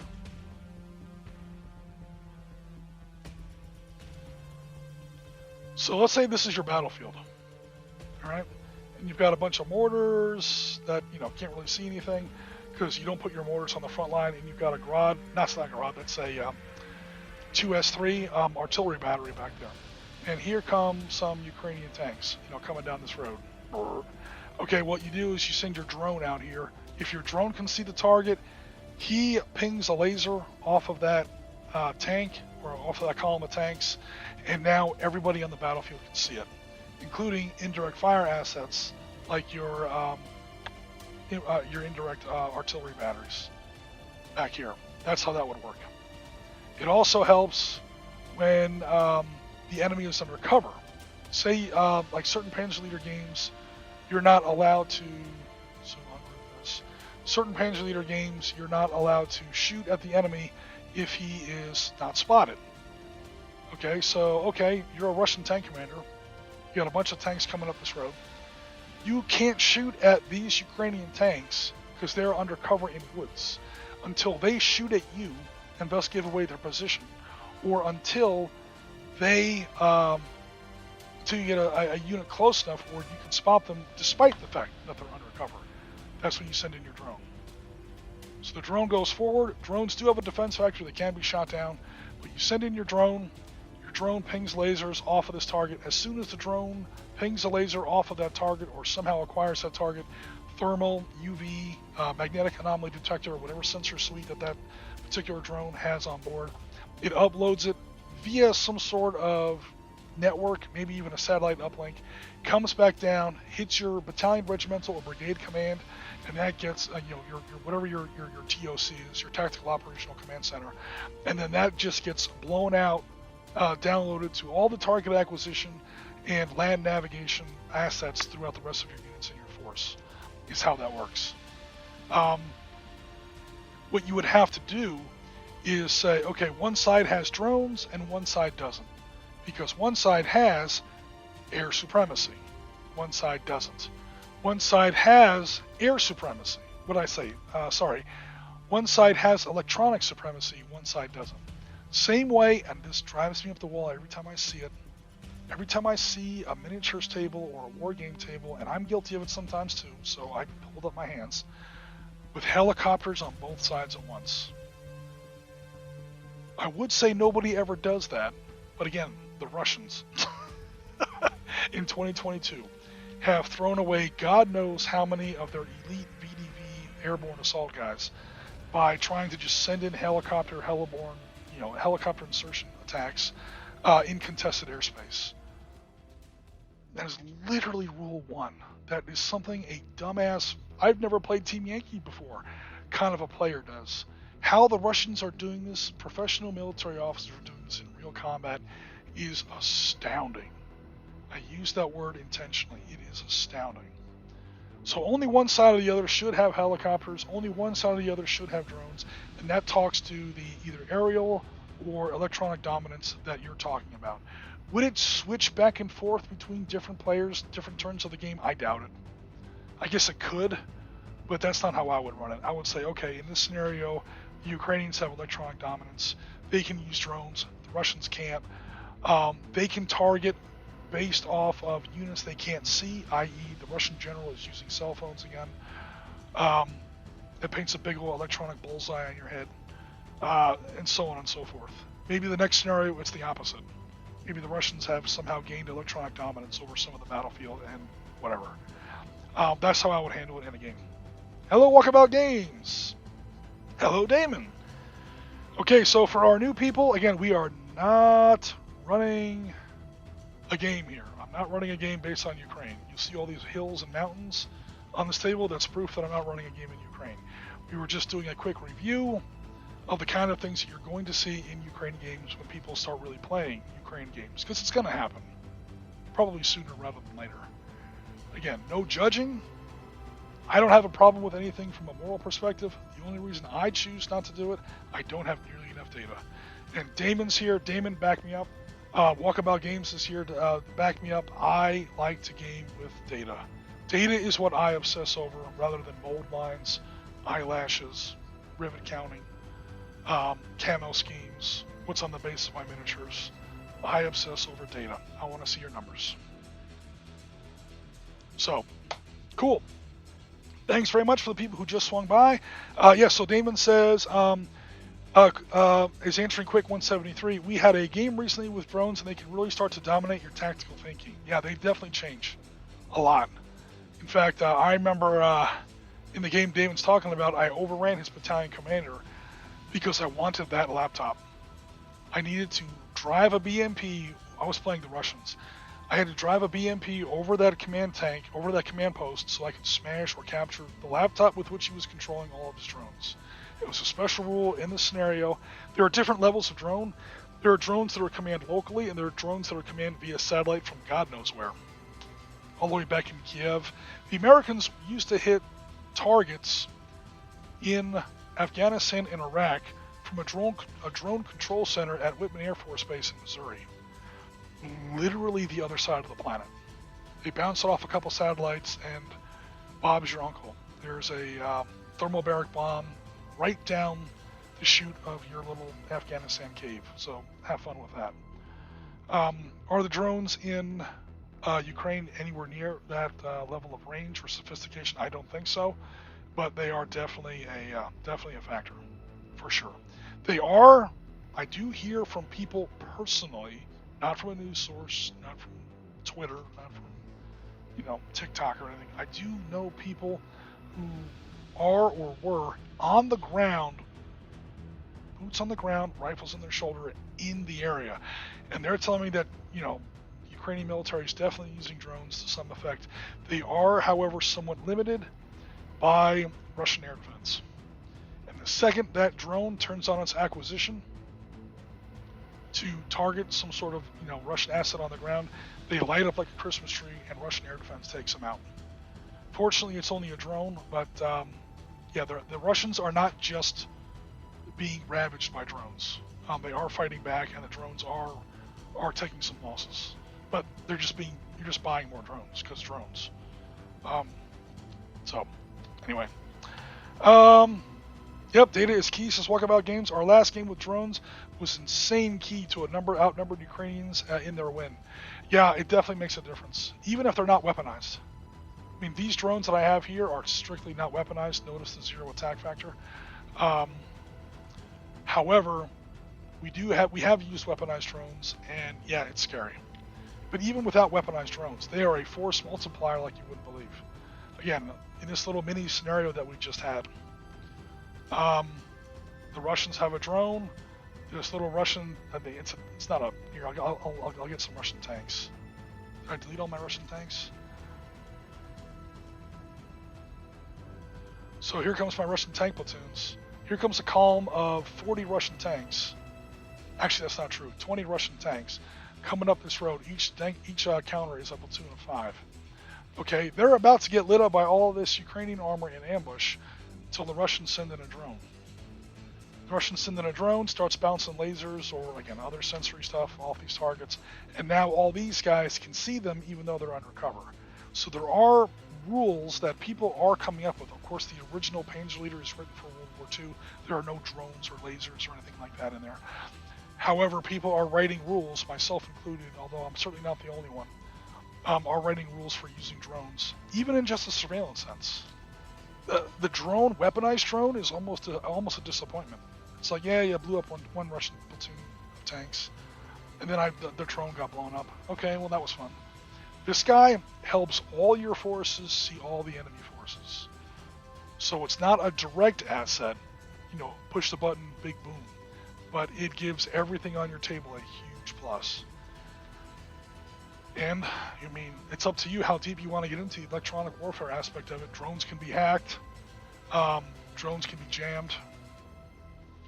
Drones can definitely be shot down. I mean, they have a defense factor for a reason. And it's not even a terribly big one.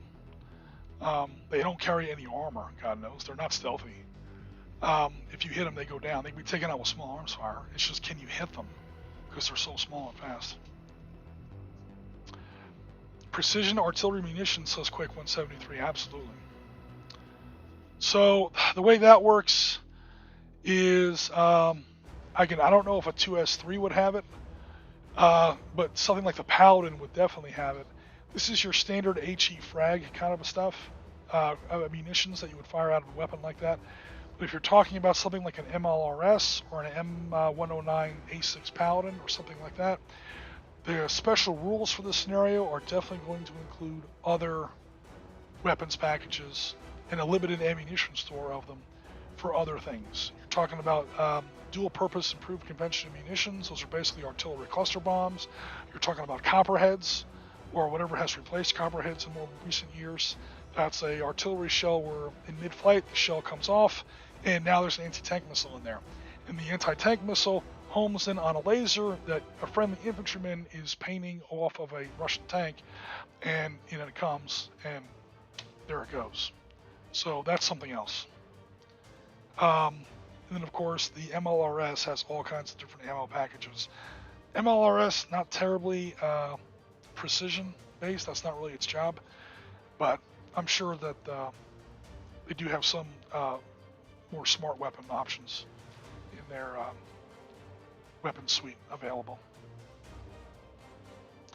Quick 173 says you almost have to win the sensor fight with all these capabilities. I can promise you this, and Damon can back me up on this. When you play Panzer Leader after 1980, cover is your friend. Because the weapons reach so far.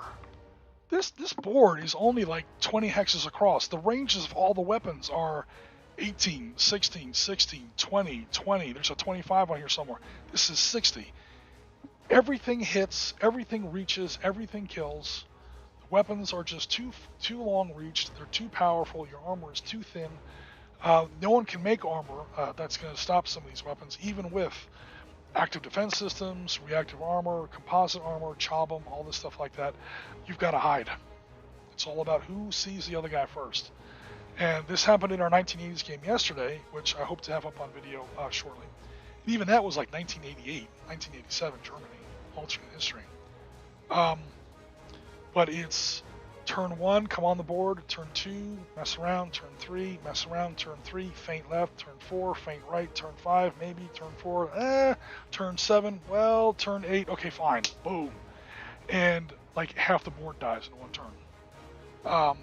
Because when everyone finally commits, the weapons are just so powerful and the ranges are so insane that, and there it's going to be how much of your force can apply against how much of the enemy's force. You want to use time, terrain, and distance to divide the enemy into more manageable sections so that you can apply economy of force and concentration of force and concentrate all of your force against a smaller division of the enemy's force. If you can hit 25% of the enemy with 100% of your force, you're going to win that fight. You have him outnumbered locally 4-1. Do it again. Now you've beaten half of his army, and maybe you've taken some losses. He's down to 50%, maybe you're down to 90%. Divide and conquer. That becomes very, very important in weapons, in scenarios where the weapons are this powerful. As far as the sensor battle goes, I see what you're saying. I would call it the spotting table, like who's going to spot the enemy first, and therefore shoot the enemy first, and therefore hit the enemy first. Because once you can see it, you can hit it. Once you can hit it, it's already dead. Nothing misses after the 1980s. Nothing fails the armor check after the 1980s. Everything just dies. You literally kill with your eyeballs. Once you see it, it's already gone. It's who sees the enemy first. So whether that's a spotting question or a sensor question, that's going to depend on the scenarios, the special rules in your scenario. So I would definitely agree with that. Just spotting in our game for mortar fire and D30 fire. Nice D30s. Nice Soviet howitzers. Nice long-ranged D30s. Those are 122s, if I'm not mistaken. Slightly lighter than most artillery shells people tend to throw around nowadays, but it makes up for it in range. So, cool. Alright guys, like I said, this stream went a lot longer than I thought it was going to. Believe it or not, I was only expecting like a 30 or 40 minute stream. You all remember how that goes. But we had a lot of great comments in the chat. So I definitely appreciate that. In the future, I'm pretty sure we're only going to be streaming, if we stream, we're only going to be streaming on YouTube. We haven't gotten that much traction lately on our live streams on Facebook, definitely not on Twitch. So if you follow us on Facebook or Twitch, I mean, we're still going to be around on Facebook. I just don't know if we're going to be doing too much live streaming on Facebook. To be perfectly frank, it's just easier to focus on one channel when it comes to a stream. Once you start streaming across, like, we were literally up to 3 or 4 channels at one point. At least 3, 4 if you include our website. It was just getting to be too much. Too many technical problems. Your internet had to be like perfect and extremely robust, and it's not always the case. So what we're doing instead is, at least for me personally, I'm just going to stick with YouTube for streaming. So hopefully you guys, I don't want to say enjoy the stream, because again, we were talking about a pretty serious topic, to be fair. But I hope you guys got something out of the stream. Definitely appreciate everybody who came out. We had a great audience today. A lot more people than we used to get or normally get, so it's very encouraging. Thanks very much. Especially since we were only streaming on 1 channel instead of 3. Definitely appreciate that. You seem to have picked the right one out of the 3. I'm off to build an H-34 Helo for my USMC. You're talking about the Surfing Bird. Walkabout Games. I know the H-34 you're talking about. The bird is the word, man. I know exactly. I know exactly what you're talking about. Again, Walkabout Games, thanks very much for coming out. We weren't really playing the game. We were just talking about, again, these were our topics. If and when you or your group feels comfortable with gaming in Ukraine, I personally am not judging if you are or anybody is. I may not be choosing not to do that for the same reasons that other people are choosing not to do it, but these are the kind of things that you have to look at. This is the kind of things that we've learned so far, with absolutely certain a ton more to come. They're going to be writing books about this for the next 50 years. We're going to get the first. I predict this. I was about to say I'm out of the prediction business. As far as what's going to happen, when it's going to happen, where it's going to happen. At best, I was 2 out of 3. Probably more, I was like 50% on right and wrong sort of a ratio there. In fact, yeah, let me go ahead and just say 50-50. So, yeah, I'm out of the prediction business, but the only prediction that I'm going to make is we're not going to get our first good book on what's going on in Ukraine. As far as from a strictly military perspective, I'm talking about what brigade was where, what road it was on, who was in command. I want to know the colonel's names. I want to know the general's name. I want to see what ammunition was in the tank. I want to see the facts. I want to see the numbers. I want to see the data. We're not going to get that first book until at least 3 years. And that's if the war wraps up relatively shortly, and that doesn't look very likely. This might settle into a long kind of a problem, especially in the east, Donetsk and Luhansk, where it's already been going on for 8 years, to be fair.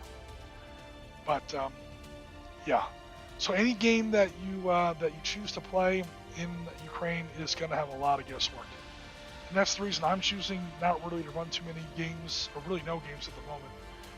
The future I might change my mind, but for now I'm not running any games in Ukraine. For that reason, rather than any kind of a, too soon, kind of a question. My 2 friends are in combat there, so don't judge me. I go by that. Same here. I won't reveal his name, but the guy that I was talking to in Ukraine has recently returned. But until then, he was there pretty much right after the whole Snake Island incident. So yeah, I've had first-hand sources. I've got another guy in there now that I don't know quite as well. I'm not in contact with him on a daily basis. But this other person, on the phone and via text and Discord and stuff like that, like literally 2 or 3 times a day for the better part of a month. Getting a lot of first-hand information, especially around the Kiev area. So no, I'm definitely not judging anybody. As far as whether or not they choose to game in Ukraine. I'm choosing not to, and only because I feel the information is not going to be there yet. And when it comes to making accurate analyses of what was happening on the ground there, yeah, it helps to have people who are there that does come with its own little bag of problems. Your objectivity is shot. I mean, there's no way you're going to have objectivity. The people who are there in combat are looking at the 6 inches between the top of their foxhole and the bottom of their helmet. The greater context is going to be an issue there as well. The ideal situation is to have a couple of people on the ground on both sides, but I don't think anybody has that. One of them has been there, says Walkabout Game since 2014 to get a grandmother and stayed there the other 3 weeks. Yeah, this war has definitely changed since 2014. I can definitely say that for free. That was the root, I think, of a lot of my problems with my predictions. Was I was going by 2014, 2015, 2016 data and assumptions, especially when it came to the quality of the Ukrainian military. That army has reinvented itself since 2017. I might even say since 2019, since Zelensky came to power. Because where a lot of the money was going in Ukraine until then, it was going in the wrong place. That's probably the nicest way I can say that. And Ukrainian actual army in the field was badly under-supported by their own civilian government. I mean, any veteran is going to say that about any military in almost any situation, but in Ukraine it was really bad. I don't think that's the case anymore, so happy to say that that's been updated. Alright guys, again, this stream has gone on way longer than I thought, so I'm going to go ahead and close it down. Happy Sunday, everybody. Very glad everybody came out. Way more than I expected. Thanks very much, everybody. Thanks, as always, for all the support. Most of you are probably already subscribed. If you're not subscribed, please subscribe. We're really driving towards some goals here in our subscription numbers. Give this video a like. Okay, if you're watching it now, just please hit the thumbs up button on the video. It's a tiny thing. It doesn't cost you anything, and it does help us out a lot. That's how the great Cthulhu god that is the YouTube algorithm actually notices us and bestows upon us dark favors. Just kidding. But in all seriousness, it does actually help out. So, super appreciate it, guys. Thanks very much. Enjoy the rest of your weekend. This is Ariskany Jim, and as always, you know what I'm about to say. Tango Mike for listening. Take care, everybody. We'll be in touch very soon.